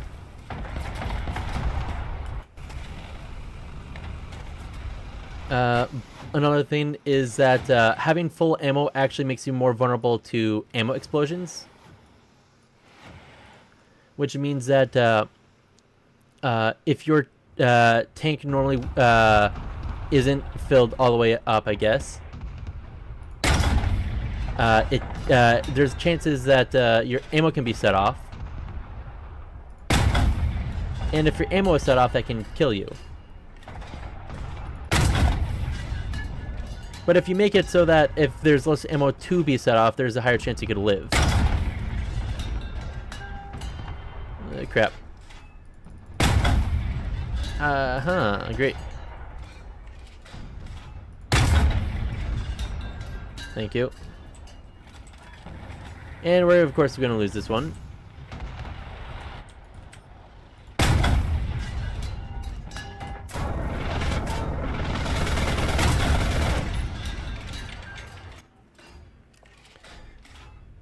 But basically, as you go along, it becomes more difficult as it goes along. And as you can see, if you can get to certain amounts, you get more out of it.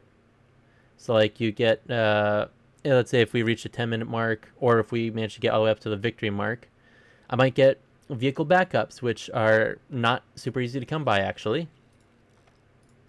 And these bonuses are super helpful for battles for you to basically get bonus silver lions or bonus research points.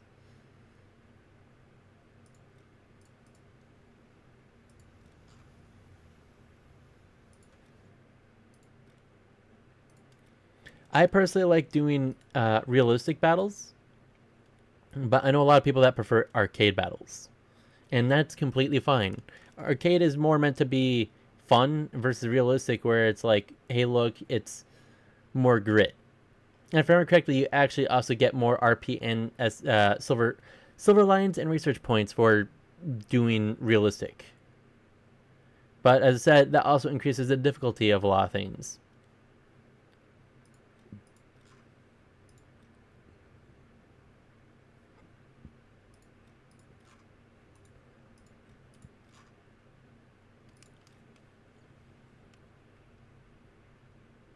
Yes, and don't get me wrong, they absolutely try their darndest to get this as balanced as possible, and that's not easy.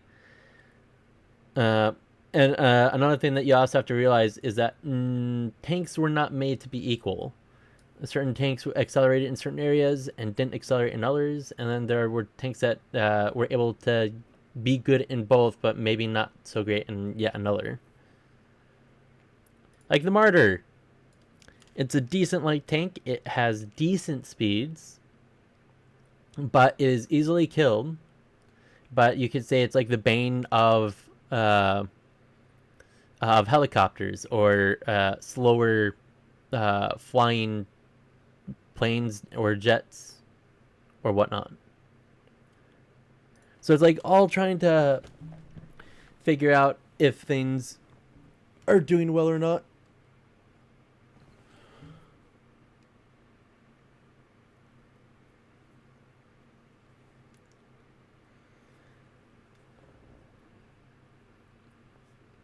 And sometimes even minor changes can make massive minor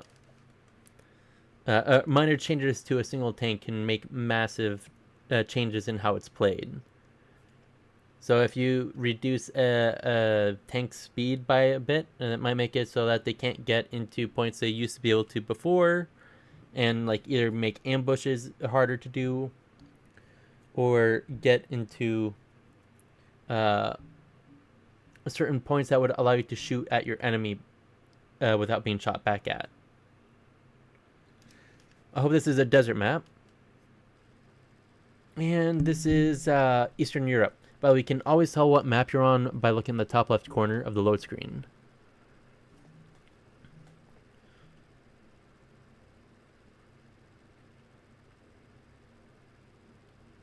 And this will be interesting.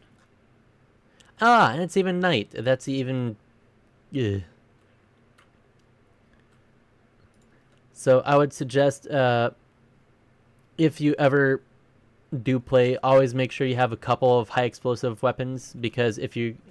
Let's see. Oh, it definitely is trickier at night unless you have night vision.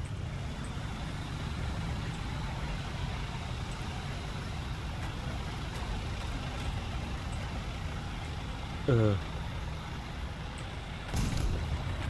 Most people don't like night maps. Yep. It's because basically it makes it easier for opponents to hide. Even though they put on the Starfall shells where it really brightens things up, it can still create shadows. So like if I can hide in the shadow of this building right here, a tank almost wouldn't be able to see me at all. Unless they were right next to me or knew exactly what to look for and where to look for it.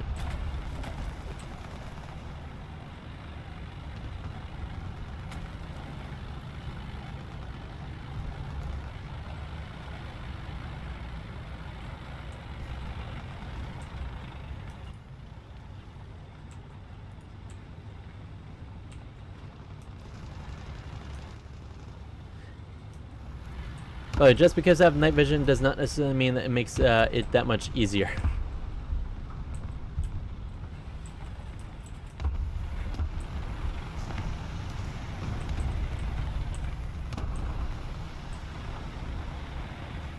Let's just hope I don't get shot at, because most people have thermals at this point. Thermals are better than night vision because you can see the heat of the tank specifically and not just everything.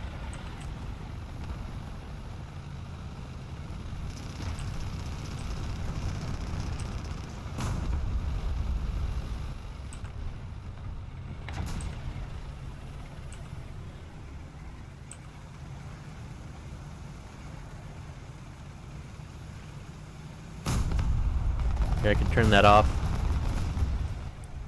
I'm gonna turn that off too.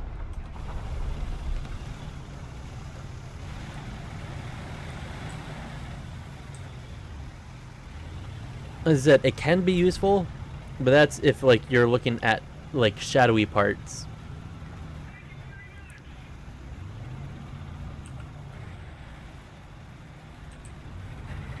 There's probably at least one guy that's going around this way.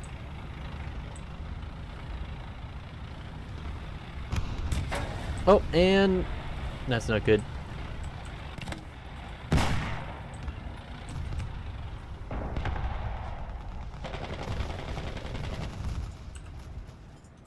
That's less good.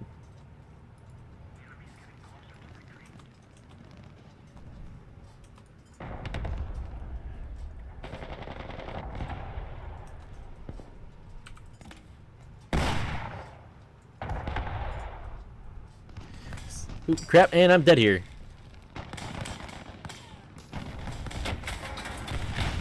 Yep.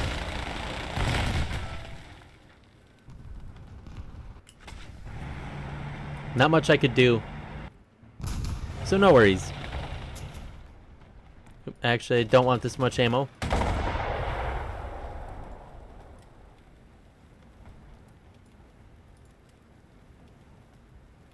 Hey, I hope you have a good night too, okay?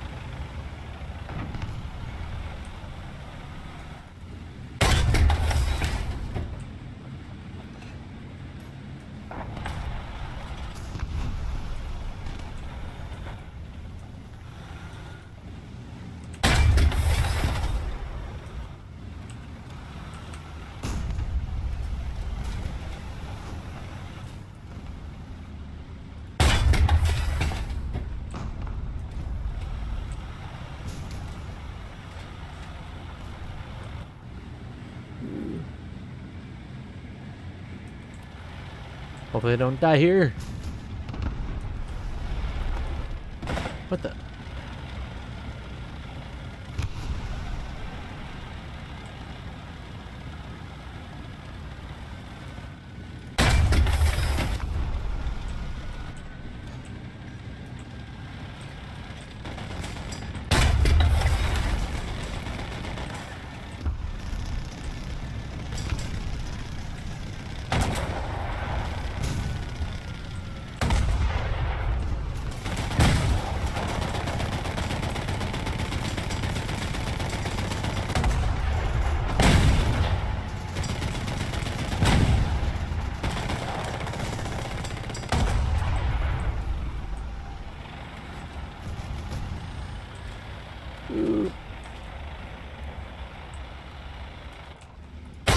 Ooh, that's close. He probably almost was able to shoot at me.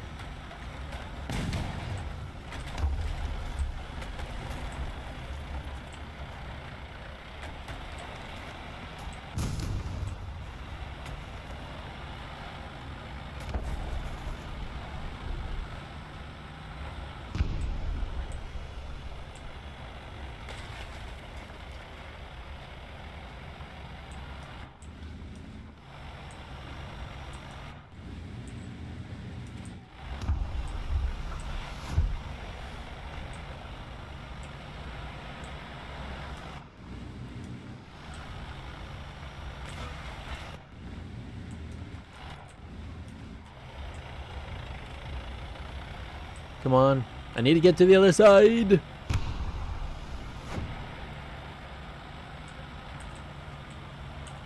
Crap. Okay, good.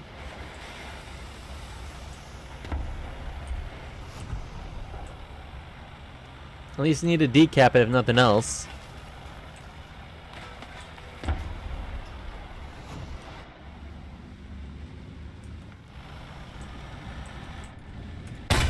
Ooh, that was close.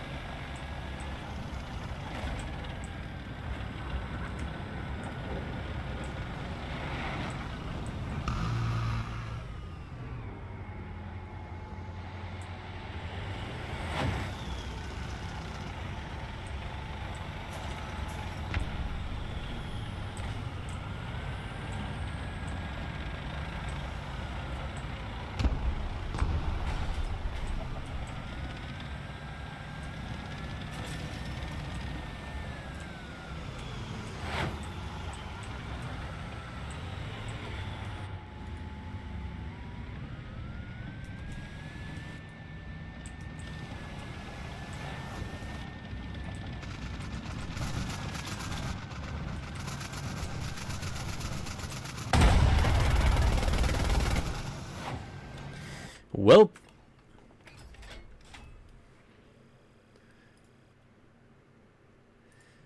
That's not great.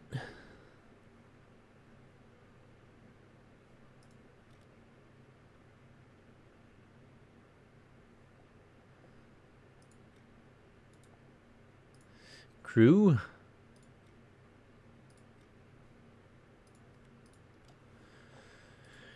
Actually, 1 second.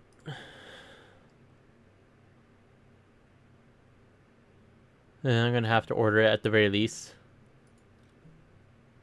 Actually, no, I'm gonna hold off on ordering it for right now.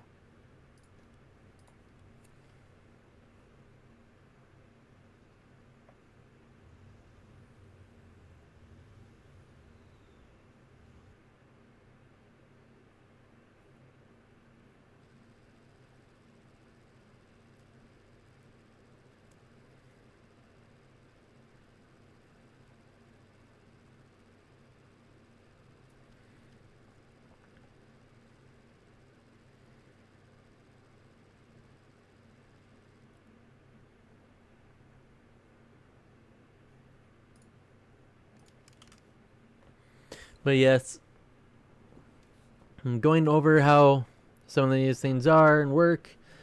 Definitely is kind of nice pointers for some people that are just starting out, or if they wish to start and want to understand what it's like to play certain vehicles.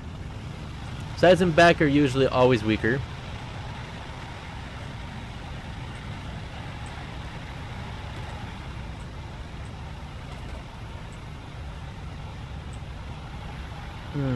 T80s.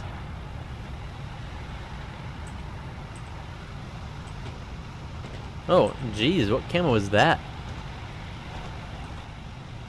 That's an interesting looking camo.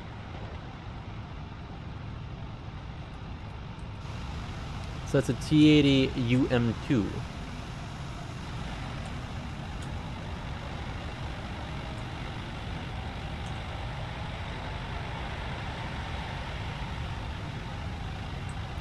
So Buhana-chan.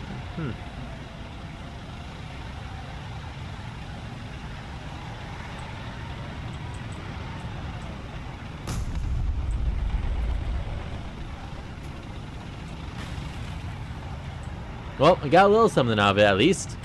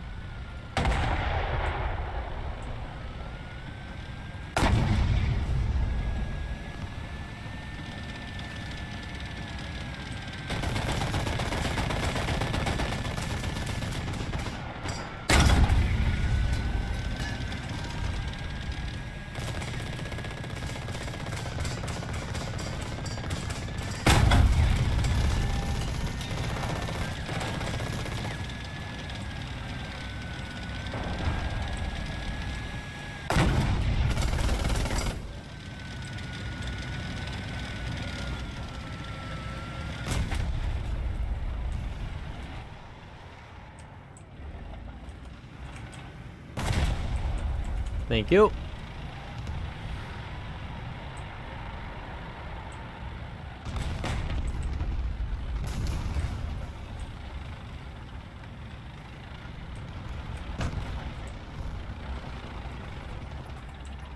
Well, he died.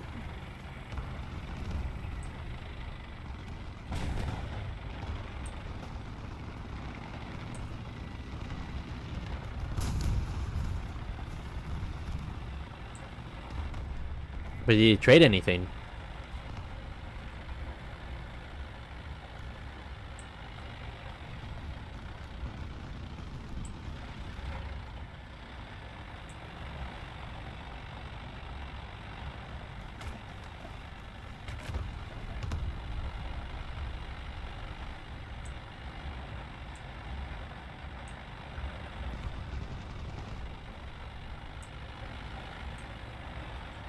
I'm not noticing anything.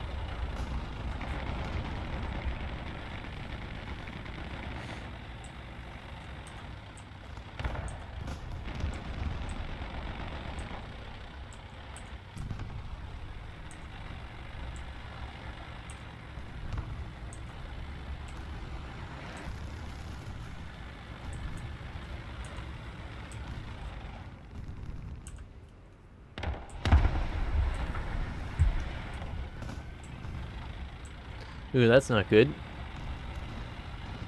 You don't want anyone close to your spawn.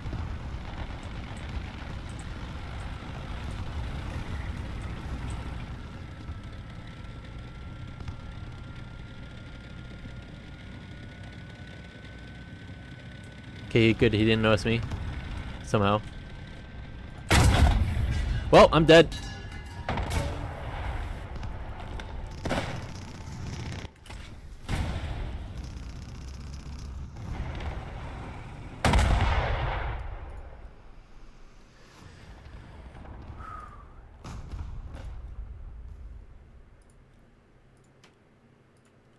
Well, let's see how this goes.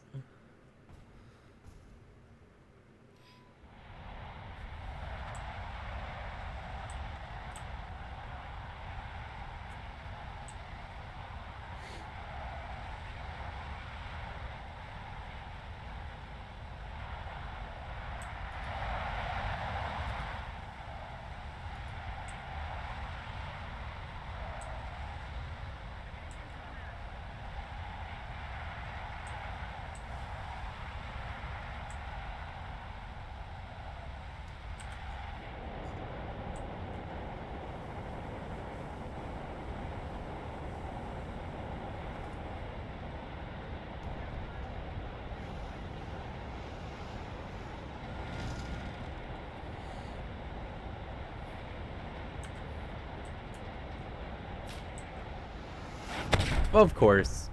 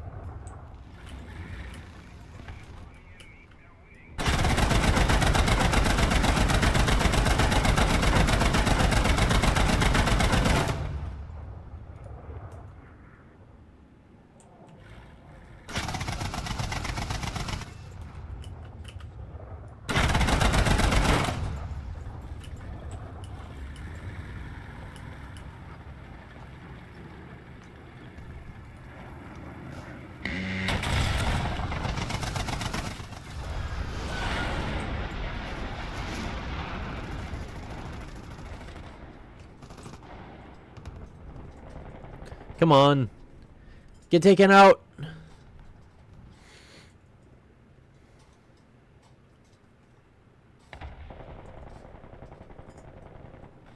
At least give me an assist for him, if nothing else.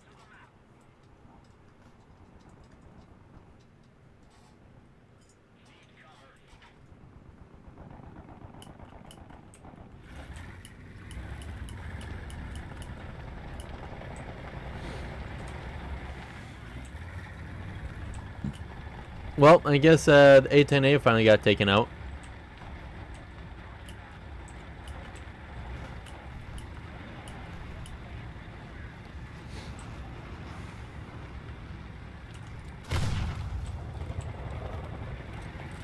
Well, hopefully I can do something on B.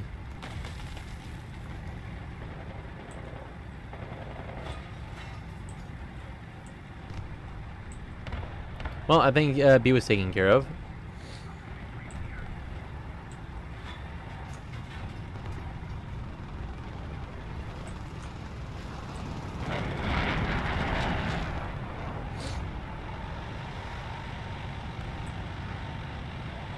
Whoa, and that got some real airtime.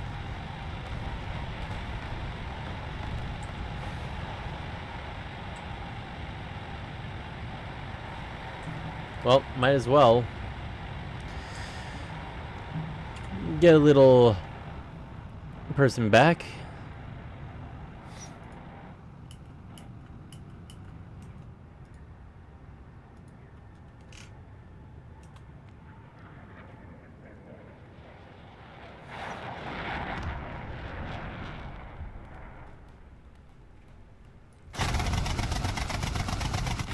Well, that wasn't too shabby.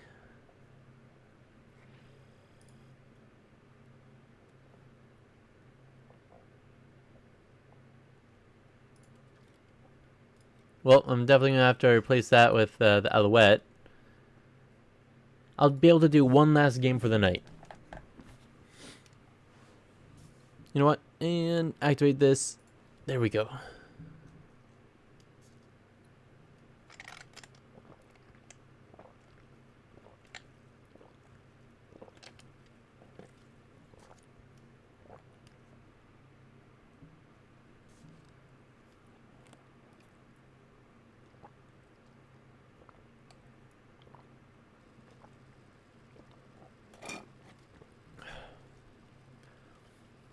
This one. Got my butt handed to me last time we played this, but let's see how this goes.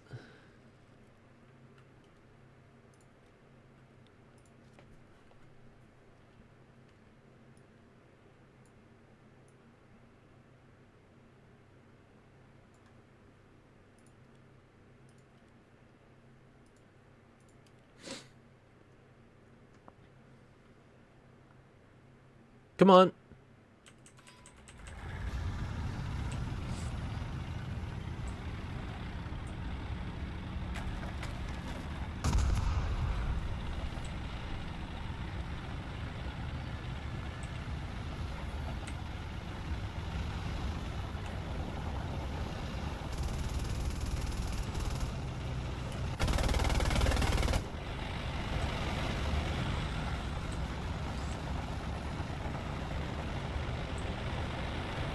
Let's see how this goes. Over the river and through the town to an opposing base we go.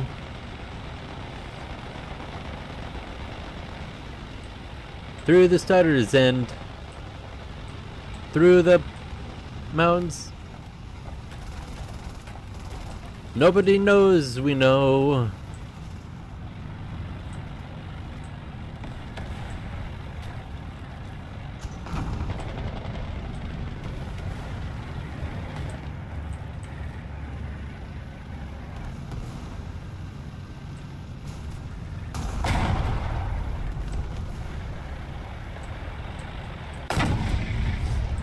How did that do nothing?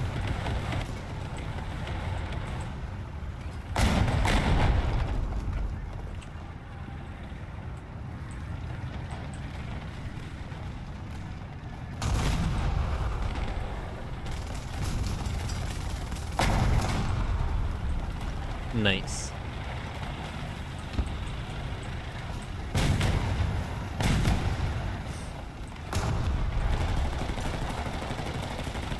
Any way I could help?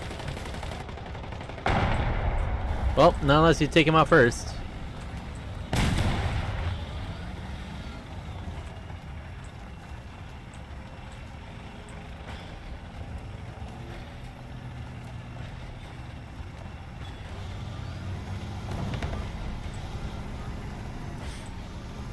At least I'm kind of getting a way through.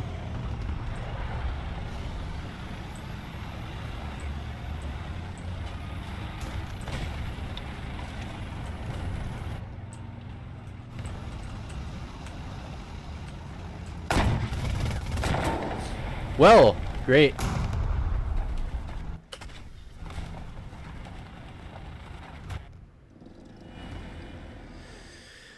Well, I guess it's time for the Leopard 2.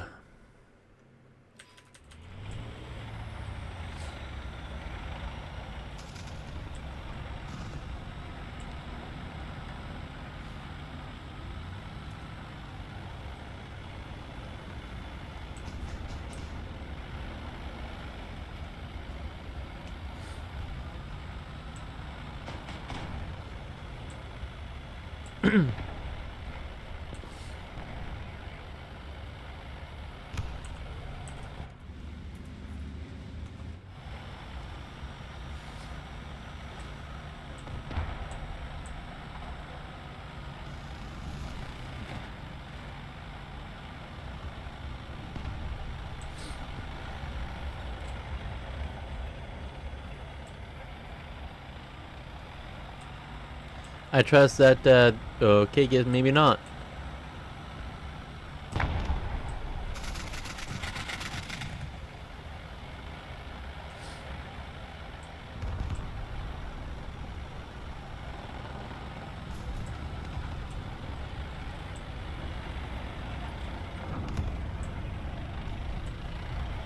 Well, no reason for a flank now.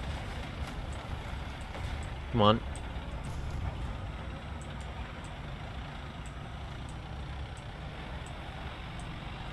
Hmm.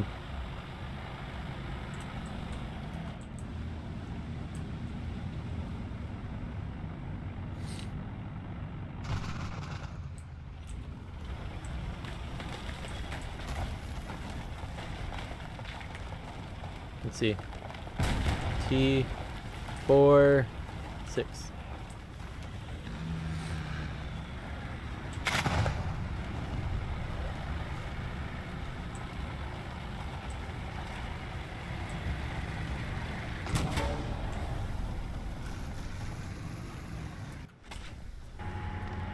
Well, just perfectly avoids the G part and then goes for me. How great is that?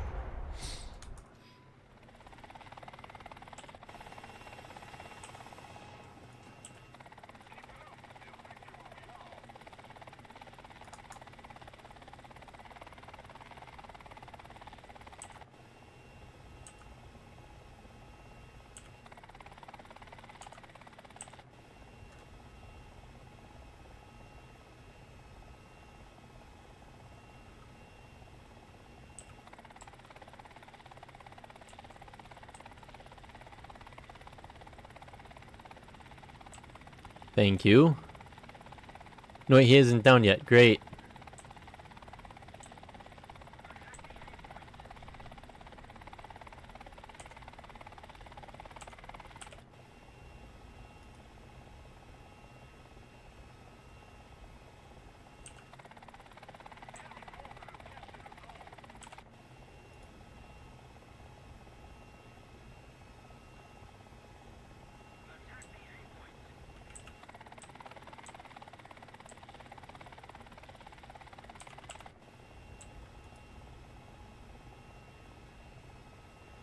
The Puma.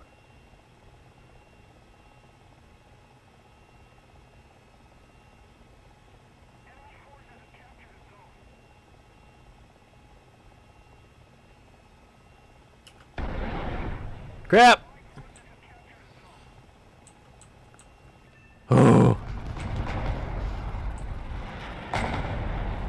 Oh, crap.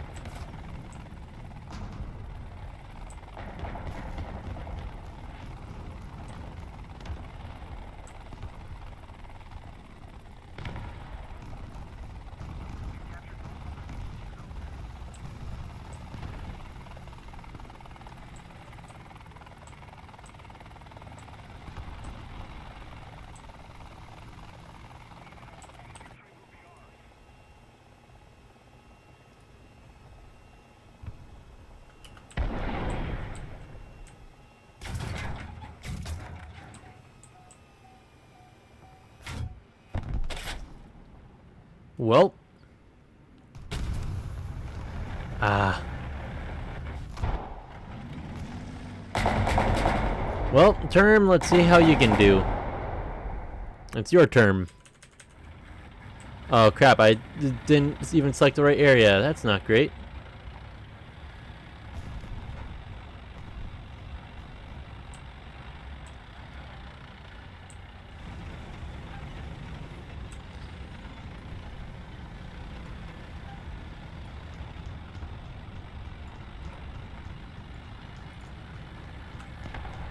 Well, change that for the future.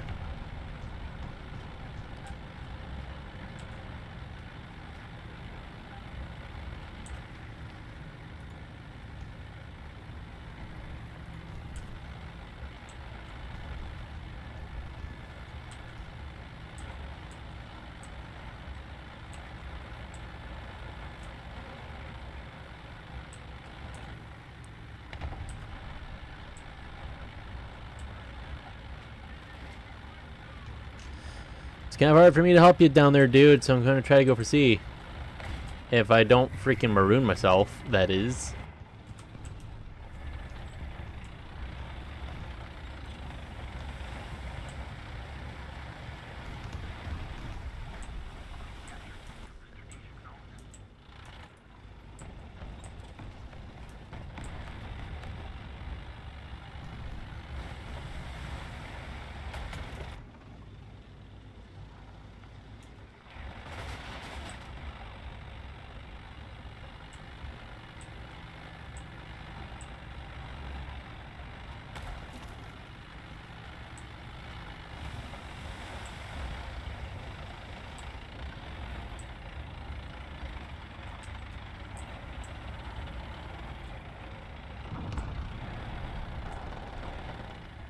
Come on.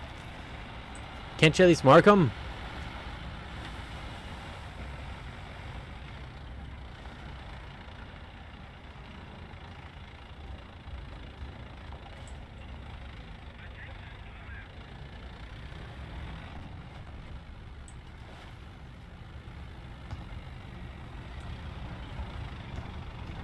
Okay, that's an ally.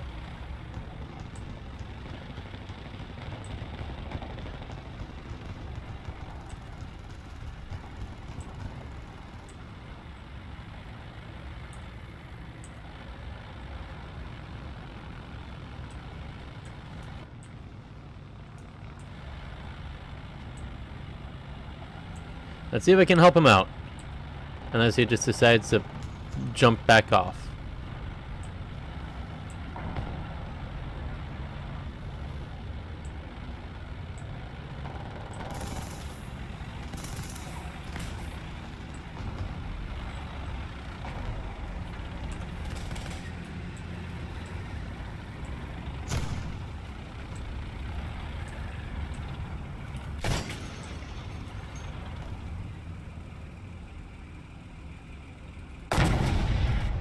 Dude.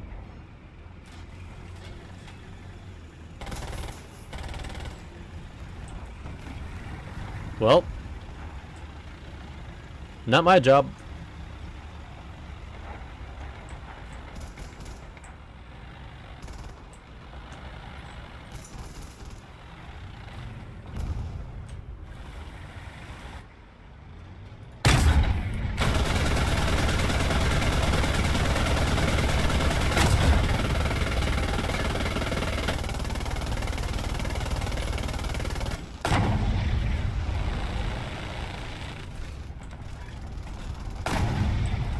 Well.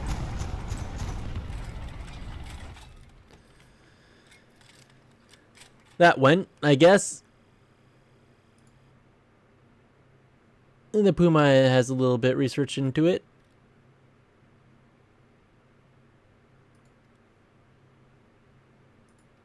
And that shall be it for the night. Well, thank you very much for watching. I don't mind going over how certain tanks work or how the game plays. And don't get me wrong, I'm not. I know at least the general of almost everything, I think. But I'm not going to say that I know every little bit and piece of every tank and all that there is. Just that I'd be able to at least teach beginners and maybe somewhat a little bit in the more mid-range. But I would not be able to really teach any high-end strats or how to go up against good players, because I do not classify myself as a good player. I classify myself as a okay player. I can usually, and I say usually, get 1 to 2 kills per game, and if I'm lucky I might get like 3 or 4. But those start becoming a little more uncommon.